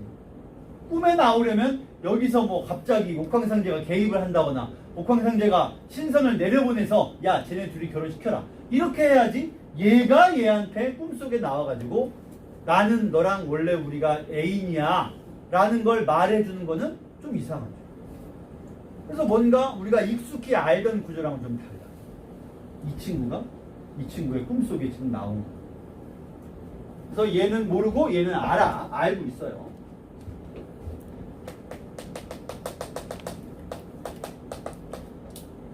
이렇게 되죠. 찾아왔습니다. 나는 속기기고 낭자 선녀인데 어찌 우리 사이 연분이 있겠소? 낭자는 도련님은 본디 선관이 정체를 말해줍니다. 죄를 지어서 귀양 오셨으니 저와 상봉할 날이 있을 것입니다. 뭐 예고도 되고요. 복선도 되겠죠. 하고 호련이 사라졌습니다. 자, 잠에서 깨보니까 뭐 헛된 꿈이죠. 방 안에는 선녀의 향기가 가득합니다. 보균아, 네. 네가 이런 꿈을 꿨어. 네. 꿈속에서 갑자기 너무너무 말도 못하게 예쁜 여자가 와가지고 나한테 우리 둘이 원래 애인이었다. 우리가 만나게 될 것이다. 그리고 꿈에서 깼어요. 꿈에서 깼더니 뭐 그냥 자기 뭐 방에 아무것도 없고요. 향기가 나는 것 같지만 뭐 착각할 수도 있겠죠. 그럼 보통 그 꿈의 내용은 어떻게 생각해? 그냥 좋은 꿈이었다. 꿈이었다. 이루기 힘든 꿈이다. 라고 생각하는 게 일반적이지 거기서 꿈속에서 그래 난 신선이었어. 그건 좀 말이 안 되지. 그런데 문제는 이놈이 미쳐가지고 선구는 남자애 무슨 만 아른아른하고 잊을 수가 없어요. 미친 것 같아. 안색이 죽어가요. 정말 죽어가는 거야. 부모가 야 너 뭔 일 있냐? 별일 없어요. 뭘 별일 없어. 죽어가는데 열심히 지냅니다. 호련이 남자가 나타났어요. 자, 다시 꿈이에요. 꿈. 나타나서 성군을 위로하기를 도련님이 저를 생각한 나머지 두루 병이 되었습니다. 이게 이제 상사병이죠. 제 마음이 편하겠습니까? 야, 넌 나 너무 좋아한다 하면서 네가 정 그러니까 내가 너한테 선물을 들고 왔어. 자, 우선 가세 빈한함. 빈한이란 말은 가난이라는 뜻입니다. 가난이 근심되니까 제 화상과 그 다음에 금동자 한 쌍을 드리려고 가져왔습니다. 화상이란 그림을 말해. 제 그림 하나 하고요. 금동자, 금으로 만든 꼬맹이도 가져왔어요. 제 화상은 도련님 곁 침실에 두고 밤에는 안고 자고 낮에는 병풍에 걸어두고 도련님 심의를 풀도록 하세요. 나 이거 알아요. 그래서 막 밤에 이렇게 그 전체 그림처럼 돼가지고 안고 자고 낮에는 걸어두고 막 그러고 나 알아요. 말은 안 할 거예요. 지금 머릿속으로 자기도 안다 하고 떠오르는 사람이 있다면 티를 안 내려고 지금 애를 쓰고 있고 뭔 얘기야? 하고 어리둥절 하는 사람이 있다면 지극히 정상. 삐빅 정상입니다. 이러시 하면 돼요. 그리고 말을 하고 싶은데 참 말을 못하고 있는 이 중에 틀림없이 있는 여러분들 오타쿠임을 들키면 조용히 정 궁금하면 나중에 알아봐줘. 자, 그래서 간단히 말하면 나를 대신할 그림을 가져왔습니다. 상사병에 더 이상 빠지지 말고 건강이 좋아져라 라는 얘기예요. 라고 하였다. 손을 덥석 잡으려는 순간에 낭자는 어림없지 하고 사라졌습니다. 잠을 깨고 보니 자 이거는 이제 중요하죠. 화상과 금동자 한 쌍이 놓여 있었다. 이거는 뭐예요? 비현실과 현실의 연결이 되겠죠. 원래는 이게 있으면 안 되잖아요.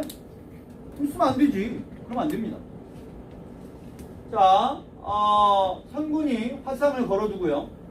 한때도 떠나지 않아요. 너무 보고 싶고 하니까 계속 그림만 보고 있는 거야. 사람들이 구경 와서 돈 주고 구경합니다. 부유하게 되었어요. 흥미롭죠? 이 여성은 결혼도 안 했는데 남성 집에 경제적인 형편에 도움을 주고 있어. 이것이 이 시대의 가치관인 거지. 여성이 돈을 벌어서 남성의 집안에 도움이 된다. 이런 겁니다. 그 다음에 요거 중요한데요. 이거 승수야, 이 부분에 밑줄 긋고 시험에 나왔다면 뭐라고 나올까? 서술자의 직접적 개입이 되겠죠. 아, 지원이한테 물어봤는데. 아니, 실수했어. 자, 어쨌든 서술자의 직접적 개입. 그 다음에 중략부 줄거리. 병들어 죽을 지경인데 어쩌다 보니까 어쨌든 부부가 됐어요. 지나치게 생략된 것 같지만 뭐 그러려니 합시다. 부모가 탄식하다가 너희 두 사람은 천생연분. 이거 조심해야 돼요. 시아버지가 비록 아들이 그냥 데려왔지만 아예 무시한 건 아니야. 천생연분임을 인정은 했어요. 근데 이제 너 과거 보러 가. 응과 과거에 응해서 요행이 방에 들면이란 말은 급제하면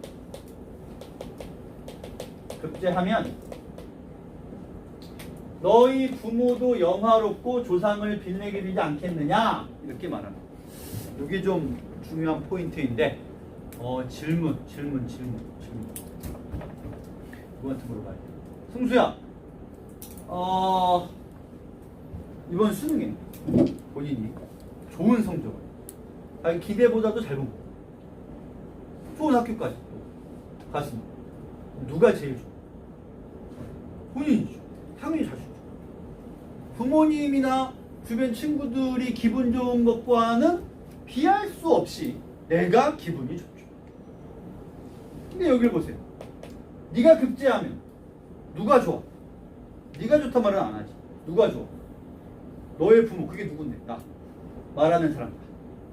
부모도 부귀영화를 즐길 수 있게. 영화로는 부귀영화를 말하는 게 아니고요. 지금 뭐 영광을 누릴 수 있다는 뜻이. 영어로. 그 다음에 조상도 빛내게 되지 않겠느냐라고 말합니다. 뭔가 좀 어긋나 있지 않아요? 네가 합격하면 내가 좋으니까 너 빨리 시험 보러 가. 네가 합격하면 조상님들이 좋아할 테니까 돌아가셨지만 어쨌든 너 빨리 시험 보러 가. 고전을 읽다 보면 자주 나오는 말인데 잘 따져보면 좀 이상합니다. 합격하면 내가 좋지. 근데 부모가 좋대. 우리가 이런 거를 봉건적 태도라고 해. 그리고 승수한테 물어보려는 게 이겁니다. 자, 아마 승수를 포함해서 제대로 답할 수 있는 사람이 몇 명일지 걱정되는. 어쨌든 지금 무슨 뜻이에요? 봉건적.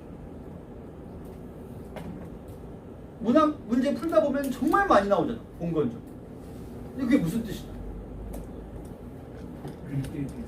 위계질서. 두 명만 더 물어볼게. 봉건적이.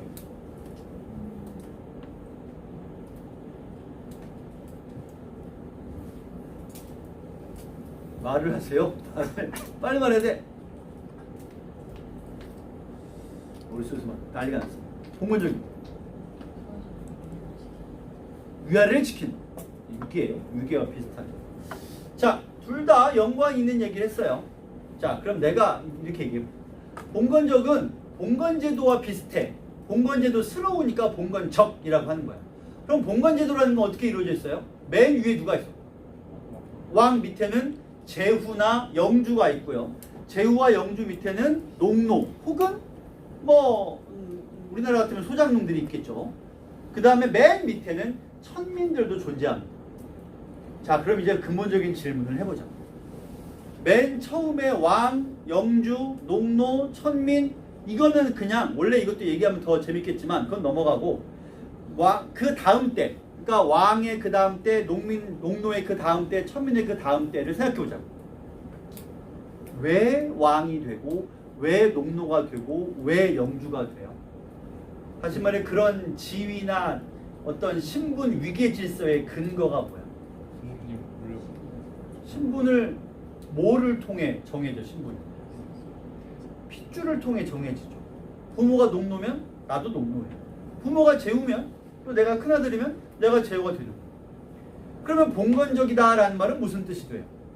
모든 사회 질서와 위계가 가문 혹은 혈연으로 정해진다는 걸 뜻합니다. 따라서 봉건적이라고 한다면 어떤 것을 중시해야 돼? 가문, 혈연을 중시하게 되는 걸 봉건적이라고 해요. 그럼 이 문장도 보세요. 다시 봐. 여기 봐.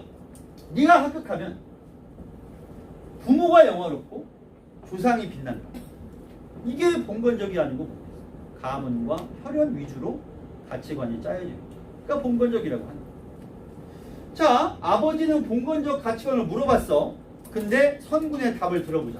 선군이 말하기를 우리 집에 돈밭이 많고 하인도 많고 땅도 많다. 여기까지.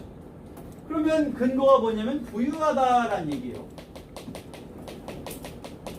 그런데 무엇이 부족해서 과거에 급제하여 별살되기를 바라십니까?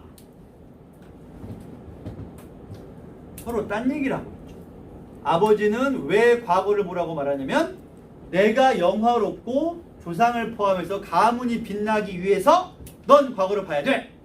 그럼 이거를 올바로 반박하려면 아버지 제가 과거 본다고 아버지가 영화로울 게 뭔가요? 제가 좋죠. 제가 싫다니까요. 아버지 제가 과거 보면 우리 가문이 영화로워집니까? 저는 그렇게 생각하지 않습니다. 라고 해야 되죠. 근데 이 사람은 지금 뭐라고 반박하고 있냐면 아버지 우리 집은 부자인데 왜 과거 봐야 돼요?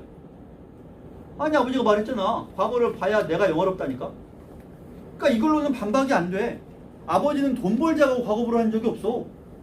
그냥 영화와 가문이 빛나기 위해서 과거를 보라고 했더니 아들은 우리 집은 부자인데 그 과거 봐야 돼요? 뭔 말이야. 얘는 과거 못 볼 거예요. 논지 파악이 안 돼. 무슨 말인지 몰라. 얘는 실패야. 물론 나중에 급제는 하긴 하는데 논지를 몰라 얘가. 그래서 부유하니까 과거를 보지 않겠다라고 말하고 있어요. 다시 말해 아들은 자본주의적인 태도를 보이고 있죠. 그래서 이 사람은 경제적 만족 따라서 과거 보지 않겠노라. 단순히 이렇게 합시다. 하지만 진짜 이유는 따로 있어. 이건 핑계야. 사실은 뭐예요? 남자와는 수개월 동안 이별이 되겠으니 절박합니다. 실제 이유. 아내가 너무 좋아. 아내가 너무너무 좋으니까 하루 아니라 1시간도 떨어져 있기 싫은데 몇 개월 동안 떨어져야 돼. 한양에 가야 되니까. 말도 안 돼. 아, 안 돼, 안 돼. 아니, 근데 그러면 데려가면 되잖아. 데려가면 가마에 태워가지고 같이 가면 되잖아. 여성이 멀리 여행하는 것 자체가 그닥 자연스럽지 않던 때다 보니까 이런 것 같습니다. 자, 들어가서 여보, 마누라, 아버지가 과거 보러 가라고 했는데 내가 당신 때문에 안 된다 했어. 그랬더니 아내가 말하기를 글러먹었다 너는. 아니, 남자가 세상에 나면 입신양명하여 부모께 영을 마땅하다. 그래서 지배 이념에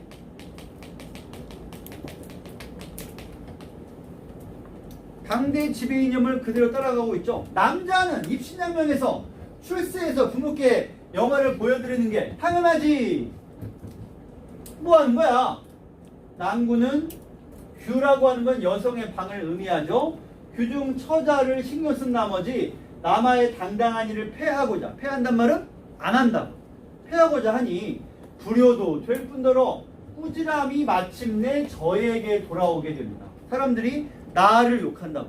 저 집, 저 남자, 저 마누라가 남편 붙잡고 안 보내준다지? 가지 말라고? 쯧쯧쯧. 이런단 말이에요. 그런 적도 없는데. 빨리 보러 가요. 난군이 이번에 급제하지 않으면 저는 그냥 죽어버릴 거예요. 뭔 말이야. 야, 이래서야 어떻게 무서워서 화급으로 가겠나.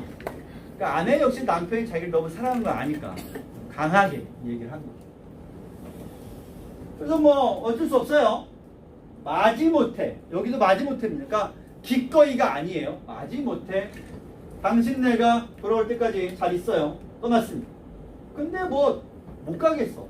한 걸음에 돌아서고 두 걸음에 돌아보며 하지를 못해. 너무 아내가 좋아가지고. 잠깐 스톱. 근데 이 글자 있잖아요. 저 글자도 서로 바꾸는 게 원래 자연스럽지 않을까? 돌아서고 돌아서. 근데 돌아서고 두 걸음에 돌아보며 라고 합니다. 어느 쪽이든 읽을 때 재밌을까? 보다 쪽이 잘 재밌어요. 왜냐면 반복되면 지겹고 지루하니까.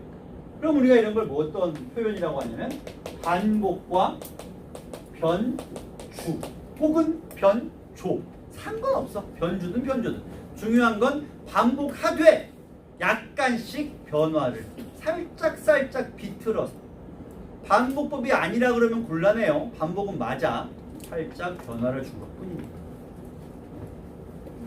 그 다음 얘기는 단순하죠. 집에 못 가요. 그러니까 과거부로 못 가요. 그래서 어떻게 하냐면 신발을 들매고 집에 들어와 담을 넘었어. 왜 대문으로 들어가서 아버지께 아버지 잠깐 왔어요. 좀 이따 갈게요. 왜 안 해? 그랬어야 되잖아. 근데 그렇지 않고 몰래 들어갔어. 아버지가 알면 뭐 할까 봐. 여러분이 익숙히 느끼는 그런 느낌 아니에요? 걸리면 혼날까 봐. 이런 거죠. 근데 여기서 문제가 생겨요. 아내한테 말을 했더니 이러이러해서 내가 왔다 라고 말하면 뻔한 얘기죠.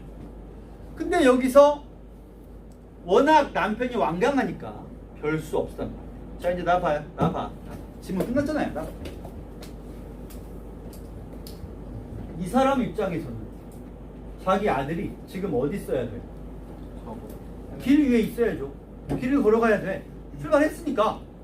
그런데 아들이 떠났는데 떠나고 나서 한 며칠, 하루, 이틀, 사흘, 며칠 동안 며느리 방에 밤에 불이 안 꺼져. 이러면 안 되지. 야, 뭐한 짓이야?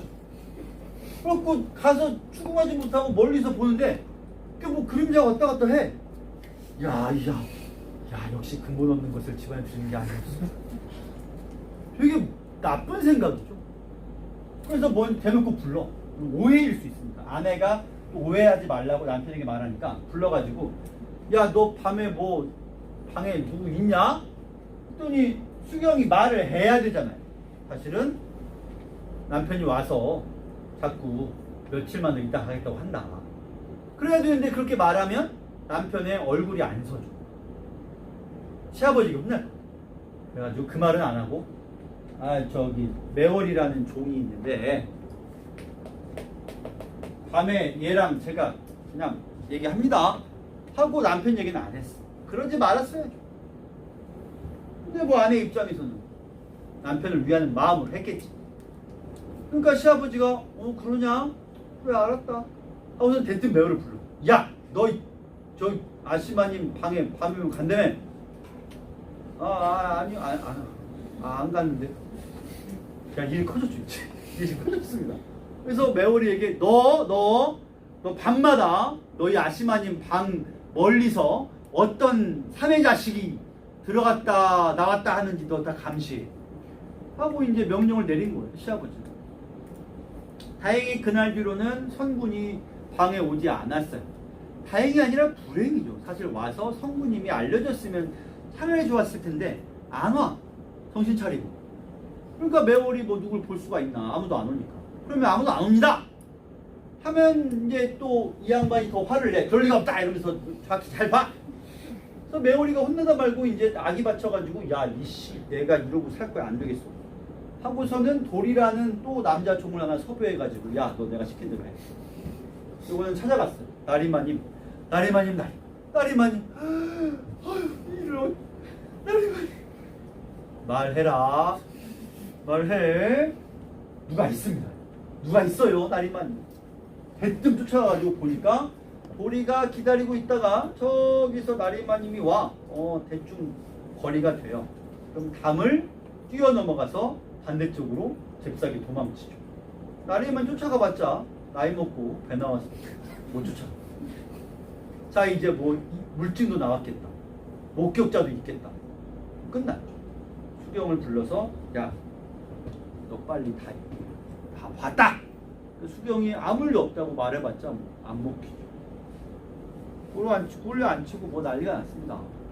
그래서 수경이 이제 비녀를 뽑아가지고, 비녀는 다양한 소재로 만드는데 없는 집은 나무로도 만들었는데 부잣집이니까 옥으로 만든 옥비녀를 하고 다닙니다. 그래가지고 하늘로 높이 올리면서 말을 하는 거예요. 이 내가 죄가 있으면, 수경이 죄가 있으면 신성께서 비녀를 내 정수리에 떨어뜨려가지고 나를 한 방에 죽일 것이고, 만약에 내가 죄가 없으면 비녀가 섬돌이라고 신발을 올려두는 큰 바위 같은 돌. 굉장히 두껍고 단단하고. 옥이니까, 옥이라고 해봤자 결국 돌덩이니까 섬돌에 부딪히면 깨지거나 튕겨나가요. 당연하죠. 쇠도 아닌데.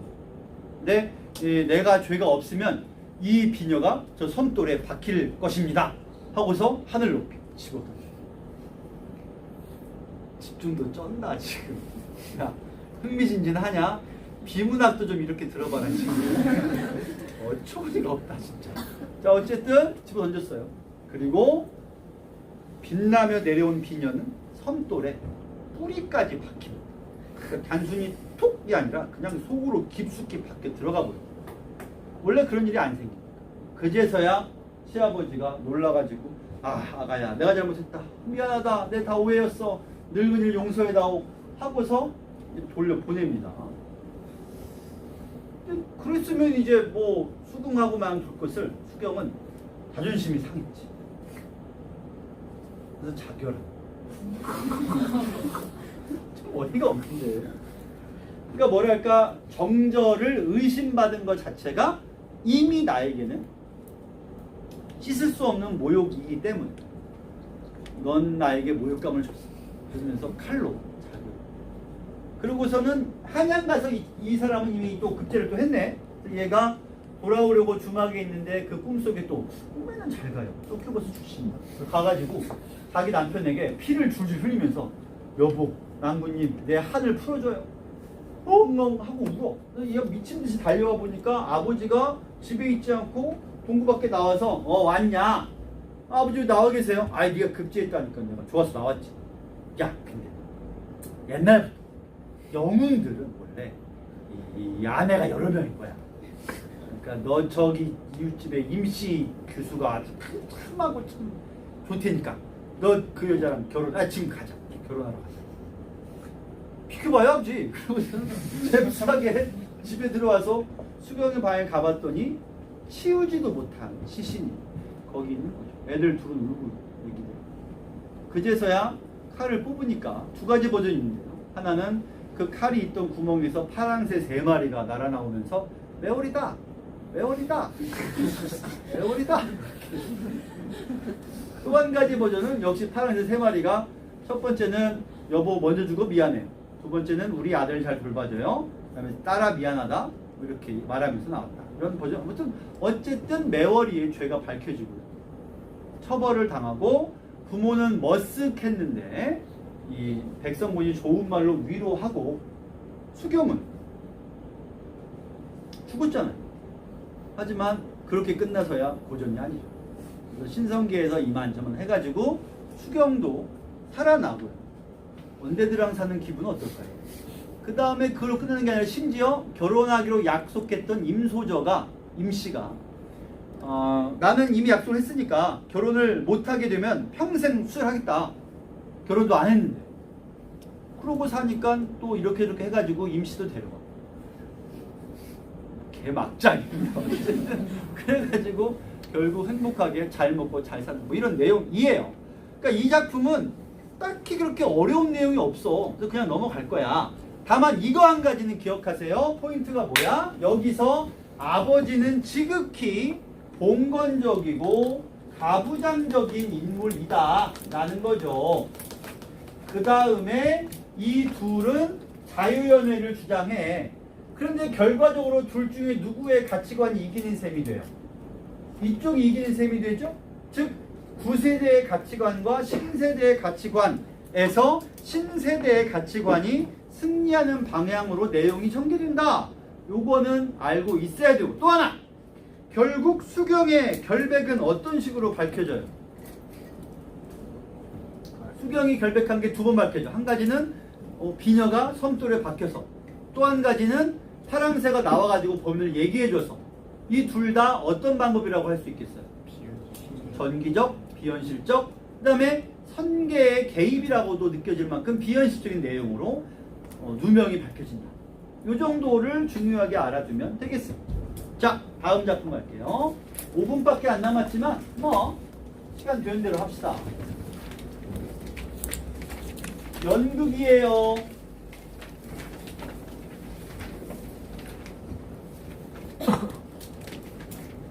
동지섣달 꽃본듯이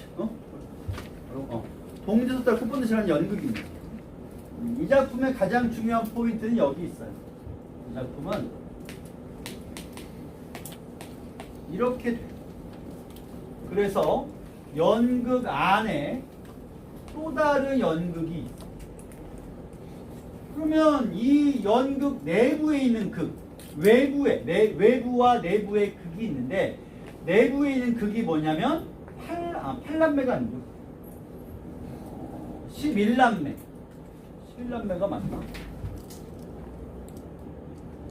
12째 12남매구나. 12남매가 어머니를 찾는 내용으로 되어 있는 게 내부의 극이에요. 그럼 외부의 극은 뭐냐? 외부의 극은 이 연극을 하는 배우들과 관객의 소통을 다루고 있는 게 외부의 극이에요. 그러니까 이런 거예요. 내가 배우 3호라고 하는 걸로 연극에 출연을 했어. 근데 배우 3으로 대사를 한참 하다가, 자 그러면 연극으로 들어가 봅시다 하고선 연극 내부에서 등장인물 셋째라는 이름으로 연기를 하고 있어. 그러면 질문, 셋째라는 이름이 여기에요. 그러면 배우 3으로 나와가지고 관객에게 말을 해. 이 말은 내 말일까요? 극본에 써있는 말일까요? 극본에 써있는 말이죠. 그러니까 그것도 연극입니다. 그러면 여기서는 어떤 사람들이 등장하는 거야? 배우를 연기하는 배우들이 등장해서 배우를 연기하는 거야. 그리고 그 배우들이 직접 극을 하나 해. 그게 극 속에 있는 극입니다. 액자식 구조를 생각해보면 편해요. 액자식 구조도 외화가 있고 내화가 있잖아. 이 연극도 외부 극이 있고 내부의 극이 있고, 그래서 내부의 극은 배우들의 연기를 다루고 있고요.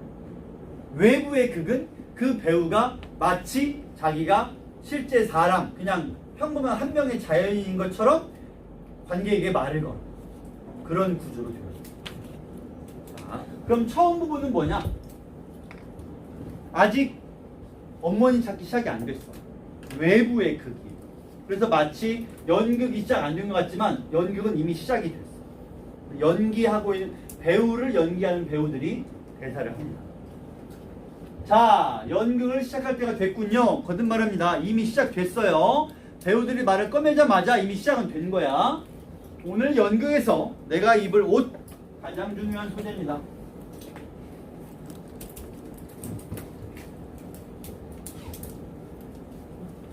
여기 처음이 아니구나. 맨 첫 문장은 따로 있죠. 어머 미안. 여기 있네요. 우리는 배우예요. 여기부터죠. 어디 갔어? 여기요. 옷. 또 방금 본 것처럼 옷은 그냥 운명이에요. 운명. 자기 자신과 꼭 맞는 옷을 입어야 되는데 그렇게 맞는 옷이란 드물거든요. 다시 말해, 운명에 맞는 삶은 드물다.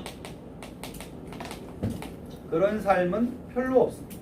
여러분들도 여러분의 운명을 갖고 지금 살아가고, 물론 이 중에 운명을 믿지 않는 사람도 있겠지만, 근데 운명을 믿는다면 그 운명에 맞게 지금 삶이 이루어지고 있는데, 내 운명이 내가 원하는 것인 경우는 별로 없을 겁니다. 아마 대부분. 배우들이 연극하는 것 같지만 사실은 옷들, 즉 운명이 연극을 한다.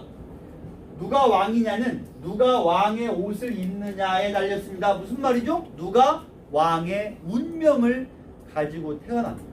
그럼 왕이 되는 거예요. 왕의 운명을 가지고 태어나지 못하면 왕이 못 되죠. 그럼 내가 왕이 되고 싶다? 뭐 해야 돼요? 왕의 운명을 가지고 태어나야 돼요. 그게 내 맘대로 안 되죠. 여기 수많은 옷들이 있습니다. 왕의 옷, 정승의 옷, 탁발스님, 보부상, 광대. 이것들은 무대에 연기할 옷들이에요. 하지만 여기는 관객석엔이라고 써있네요. 돈 많은 사장님의 옷, 돈 많은 사장님의 운명. 가난한 봉급쟁이 옷 마찬가지. 중요한 건 뭐예요? 여기서 이 대사가 를 포함해서 이 대사를 전부 다 배우와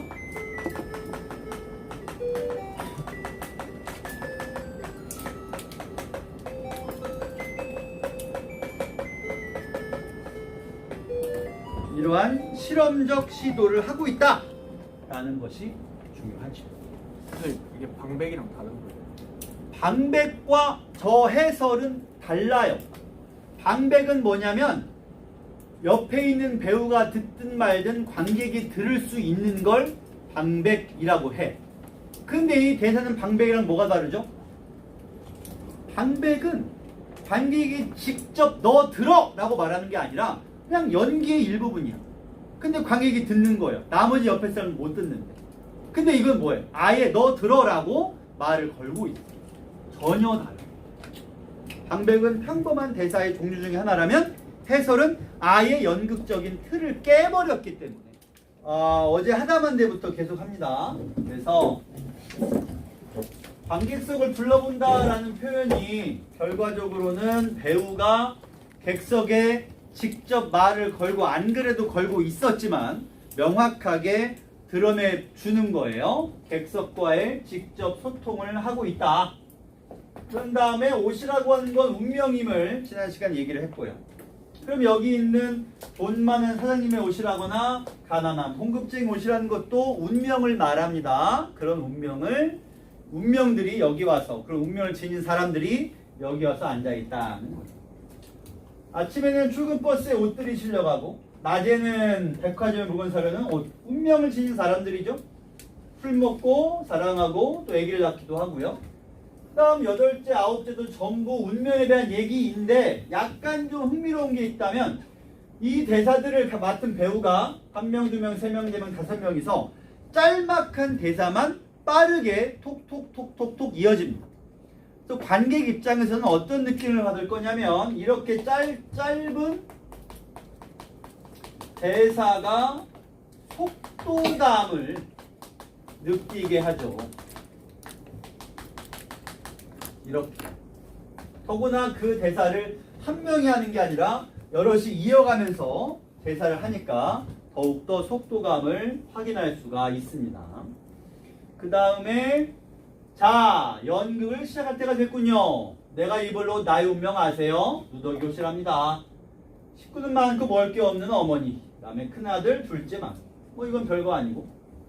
연극을 시작할 때가 됐군요라는 말이 이제 극중극에서 어디에서 어디로 이동하는 걸 말하는 건가요? 네. 우리 어제 극중극 얘기했어 안 했어? 했어. 그럼 외부극, 내부극 이 두 공간 혹은 연극 내용 중에 이렇게 말하면 어디에서 어디로 이동하는 게 돼요? 외부극에서 내부극으로 이동을 하게 됩니다. 허공에 걸린 옷들이 낮게 내려와요. 이 말은 무슨 말이겠어? 허공에 걸려 있을 때는 내가 배우가 옷을, 다시 말해 자기 운명을 선택할 수가 없었어. 내려왔어요. 선택할 수 있지만 그마저도 이미 정해져 있죠. 정해진 옷만을 입어야 돼. 운명은 선택이 안 되고 주어진 대로 받아들일 수밖에 없는 겁니다. 회장을 하고 이제 줄거리예요. 홀어머니가 너무 힘들었겠지. 죽 끓이는 솥에 치마 저고리만 남기고 사라졌대. 그 죽을 먹은 자식들은 실성을 했어. 미쳤어. 안 먹은 사람들이 오히려 어머니를 찾아 나선 거야. 아니 죽을 먹었으면은 굶주림을 채우고 좋은 건데 왜 실성을 했으며 게다가 치마 저고리는 왜 어머니의 치마 저고리가 죽솥 그것도 위도 아니고 다 먹고 나니까 그 바닥에서 발견이 되는가? 이런 건 고민해 볼 만한 거죠. 그냥 표면적으로만 생각하면 어머니가 너무 힘들어가지고 떠났어. 도망쳤어. 그런가 보다 할 수 있겠지. 자, 영어 잘하냐? 영어 갑자기 동공지신이 보이는데 야 이 사람들 카니발리즘은 무슨 뜻이에요? 식인이란 뜻입니다. 그래서 이것은 인류의 역사에서 그닥 멀리 있지 않습니다. 조선왕조실록에도 기록이 남아있는 걸 보면 그렇게까지 먼 곳에 있는 야만의 역사, 그래서 이미 인류에게 오래전에 사라져버린 그런 것은 아니죠. 단순히 범죄로 현재에도 이루어진 그런 얘기가 아니라 그냥 늘 인류는 기아에 고통받아왔고요. 특히 농경사회에서는 가뭄이나 홍수에 따라서 또는 전염병이 돌면 많은 사람들이 자기들의 기아로 인한 죽음을 피하기 위한 수단으로 굶주리는 식구들을 위해서 허벅지나 엉덩이에 살을 베어내서 가족을 위해 이제 희생했다라는 내용은 그리 어렵지 않게 역사에서 찾아볼 수가 있습니다. 단순히 그것만에 그치지 않고 가족이 구성원이 많으니까 다른 가족 구성원을 위해서 한 명을 희생시킨다거나, 더 나쁜 경우는 남의 가족을 잡아와서 우리 가족을 살린다거나, 지나가는 나그네를 속여서 잡아서 역시 기아에 시달리는 가족을 살린다거나, 이런 것이 그렇게 멀리 있지 않은 내용입니다. 그렇다면 홀어머니가 죽 끓이는 솥 안에 치마저고를 남겼다고 하는 것이 이런 식으로 접근해도 의미가 성립이 되고, 그래야지 이 9명이 실성했다는 게 좀 더 합리적이 돼요. 당연히 실성해야죠. 그거는 어떤 씻을 수 없는 죄악이기 때문에 실성으로 끝난 게 다행일 만큼의 죄악을 저지른 셈이 됩니다. 근데 그런 해석이 있다는 거지. 그거를 대놓고 수능에 출제하는 것은 불가능하겠죠. 너무나 끔찍한 내용이니까. 실제로 그게 내용을 신화적으로 상상해보면 그런 식의 접근도 가능해요. 어쨌든 어머니는 사라졌고 9명은 실성을 했고요. 3명이 찾아 나섭니다. 자, 그 다음이 여기는 좀 중요한데, 무대 뒤쪽이라고 써 있어요. 여기에서 8명, 9명인데? 9명인데 8명의 자식은 둘씩 짝지어고 만누난 짝이 없으니까 9명 맞죠? 혼자 있습니다. 큰 오빠와 작은 오빠 서로 만났어. 짝짝짝. 막내 어디 있을까? 막내 나와라. 짝짝짝. 그러면 여기요. 그리고 여기요. 무대를 좀 봅시다. 여기가 객석이라고 하면 무대는 어떻게 구성됐을까요? 무대 뒤쪽에 아마 구남매가 이쪽에 있습니다. 뒤쪽이라고 하니까. 그리고 이쪽에 또 넓고 전면에 있는 쪽에 3명, 맏형, 둘째, 막내가 있어. 그러면 구남매가 지금 작은 오빠 만났어라고 하니까 여기 보이다시피 이렇게 등장을 해요. 막내 나와라 라고 하니까 막내가 무대에 등장을 합니다. 이게 뭘 말해요? 서로 이질적인 공간이야. 소리 지른다고 안 들린단 말이에요. 그럼에도 불구하고 나오라 하면 나와 무대에 등장을 해. 따라서 관객 입장에선 비현실적이죠. 이건 그냥 우연의 일치 정도가 아니라 비현실이에요. 우연조차도 불가능할 만큼 멀리 떨어져 있단 말이죠. 때문에 이쪽에 적든 이쪽에 적든 안 적든 알아서 하시되, 여기서 포인트를 뭘 잡아야 되냐면 먼저 이질적인 공간이, 공간은 멀리 떨어져 있어. 그러나 시간대는 동일해. 그 다음에 이 사건들이 비현실적인 연결을 지니고 있어. 각각의 사건들. 이렇게 연결되면 안 되거든요. 불가능하죠. 이게 어떻게 연결돼요? 불가능한 비현실적인 전개를 보여주고 있는 거지. 자, 어쨌든 3명이 무대 앞쪽에 각각 등장을 했습니다.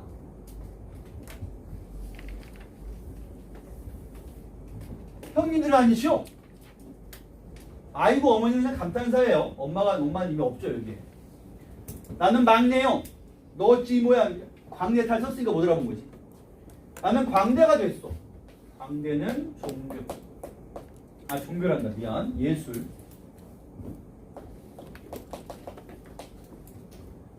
작은 형을 봐라. 중이 됐다. 중은 종교. 그러는 큰 형님은 뭐가 됐어? 나 말이냐? 괴로운 표정이 들어가지고. 하인들이 감시하고 있어요. 뭔가 정상적인 상황이 아니야. 나 화장실 갈랜다.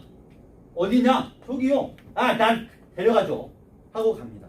그러니까 감시를 멀리하고 할 말이 있는 거겠지. 자, 여기를 좀 봐야 돼요. 무대 조명과 코를 싸준다가 보여. 질문. 무대 속에 특정 공간의 의미나 역할을 말해주기 위해서 두 가지 방법을 동원했어. 그게 뭐란 거야? 배경 조명을 다른 말로 더 넓은 범주에 포함시키면 뭐가 돼요? 공간시 무대장치. 이거는 연기죠. 무대장치와 연기를 통해 특정 공간을 관객에게 제시하고 있다 라고 하면 선지가 나오면 올바른 선지가 되겠죠. 물론 대사 속에 써있기도 합니다. 뒷간이라고. 이건 무대장치고 이건 연기예요. 당연히 실제 악취가 난리 없습니다. 막내야, 나 좀 살려다오. 나는 정승자제 대신에 중국에 가야 돼. 그러면 형은 정치를 택했습니다. 각각의 세 명이 택한 삶의 길이 있죠. 차라리 너 같은 광대가 부럽구나. 그러면 우리 옷을 바꿔 입읍시다. 임시지만 어쨌든 운명을 바꾸자.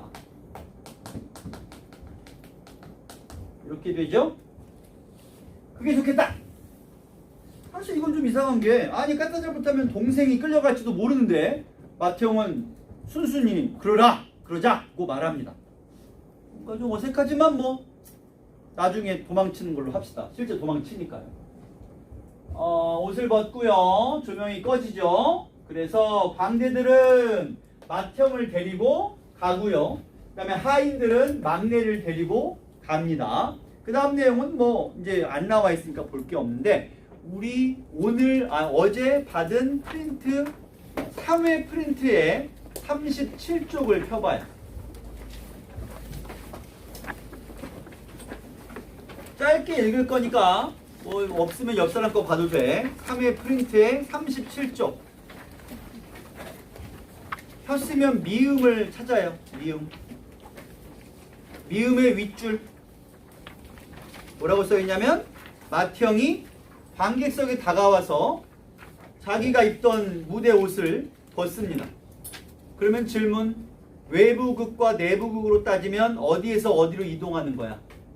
내부극에서 외부극으로 빠져나온 거예요. 지금부터는 맏형의 대사가 아니라 맏형 역할을 맡은 배우로서 대사를 하는 거죠. 첫 마디가 뭐예요? 어머니를 찾는다니. 그게 뭡니까? 이게 맏형이 할 말이 아니죠. 한 걸음 뒤로 물러서 나온 거야. 그래서 맏형 역할을 뒤에서 쳐다보면서 이 대사를 치고 있다는 느낌을 주는 거지. 자, 그 다음 대사. 희원이 읽어봐. 미음 뒤에. 사람이란 그 누구나 어른이 되면 어린 시절에 어머니를 잃어버리도록 되어 있습니다. 여기서 어머니를 잃어버리도록 되어 있다는 말은 요즘식으로 말하자면 독립 혹은 자립을 말하죠. 여러분들도 마찬가지예요. 일정한 나이가 되면 부모 곁을 떠나야 됩니다. 그걸 자립이라 독립이라 부르지. 이 말도 그런 뜻이에요. 성장해서 어머니를 떠나게 되어 있다. 더 읽어봐요. 그러니까 어른이 되어서 찾는 어머니는 옛날과는 다른 어머니입니다. 여기서 옛날과 다른 어머니란 말은 옛날과 다른 자기 삶의 방향성을 말합니다. 자기가 어머니를 찾았다면 이제는 어머니가 아닌 자기 삶의 다른 방향을 찾아야죠. 더 읽어봐요. 그 어머니는 권력일 수도 있고 이상일 수도 있으며 예술일 수도 있습니다. 자, 셋 다 나왔죠? 권력이 큰형, 이상이 둘째. 왜냐면 이상은 진리고 진리는 종교와 상관이 있으니까. 예술은 막내, 황대가 됐으니까요. 그 다음 얘기는 다 읽을 필요 없어요. 그냥 이 배우가 나는 어릴 적에 화가 꿈이었다. 페이지 넘겨보세요. 그러다가 진학을 해가면서 뭐 다른 게 꿈이 되고 꿈이 되고 꿈이 됐다. 이런 얘기 하다가 이제 끝에 가면 뭐라고 써있냐면, 난 아직 뭐가 되고 싶은지를 모르겠다 라고 내용이 전개가 됩니다. 근데 실제로 뭐가 됐어요? 배우가 됐죠. 왜 배우가 됐을까요? 정치가, 종교가, 예술가 말고 배우가 된 이유는 배우는 그것들을 연기해 볼 수 있죠. 그걸 다 해볼 수가, 비록 임시지만 해볼 수가 있어요. 그 다음에 제일 중요한 파트가 뭐냐면, 다시 옷을 입으며 라는 지문이 보여. 보이냐? 그것은 뭘 뜻해? 내부극으로 다시 돌아가는 거예요. 그러면 그 다음 대사가 뭐냐면 어머니를 찾긴 찾아야 할 텐데 라는 대사는 맏형의 대사인 거예요. 맏형 역을 맡은 배우의 대사가 아니라 이제 다시 맏형의 대사인 거죠. 어머니를 찾긴 찾아야. 이게 이제 나보세요. 자주 나와요. 시도 때도 없이 등장해서 심지어 광대패 중에 우두머리가 갑자기 무대 전면으로 이동해가지고 광대패 옷을 벗으면서 저는 한 방에 알아보았습니다 라고 대사를 시작하기도 해. 그러니까 굳이 삼남매 이 맏형, 큰형, 둘째뿐이 아니라 관객석에 말을 거는 배우들이 많이 있다는 거예요. 그래서 끊임없이 객석과 대화를 시도합니다. 하나만 물어보고 이 작품 마치겠습니다. 이런 식으로 배우가 객석에 말을 걸면 객석에 있는 관객들은 무대의 몰입이 깊어져요? 방해돼요? 방해돼요. 따라서 이런 시도를 통해서 객석은 몰입이 깨지며 무대와의 거리감이 멀어지는 효과를 얻게 됩니다. 몰입이 커지거나 더 깊이 빠져든다거나 이런 선지는 다 틀린 선지예요.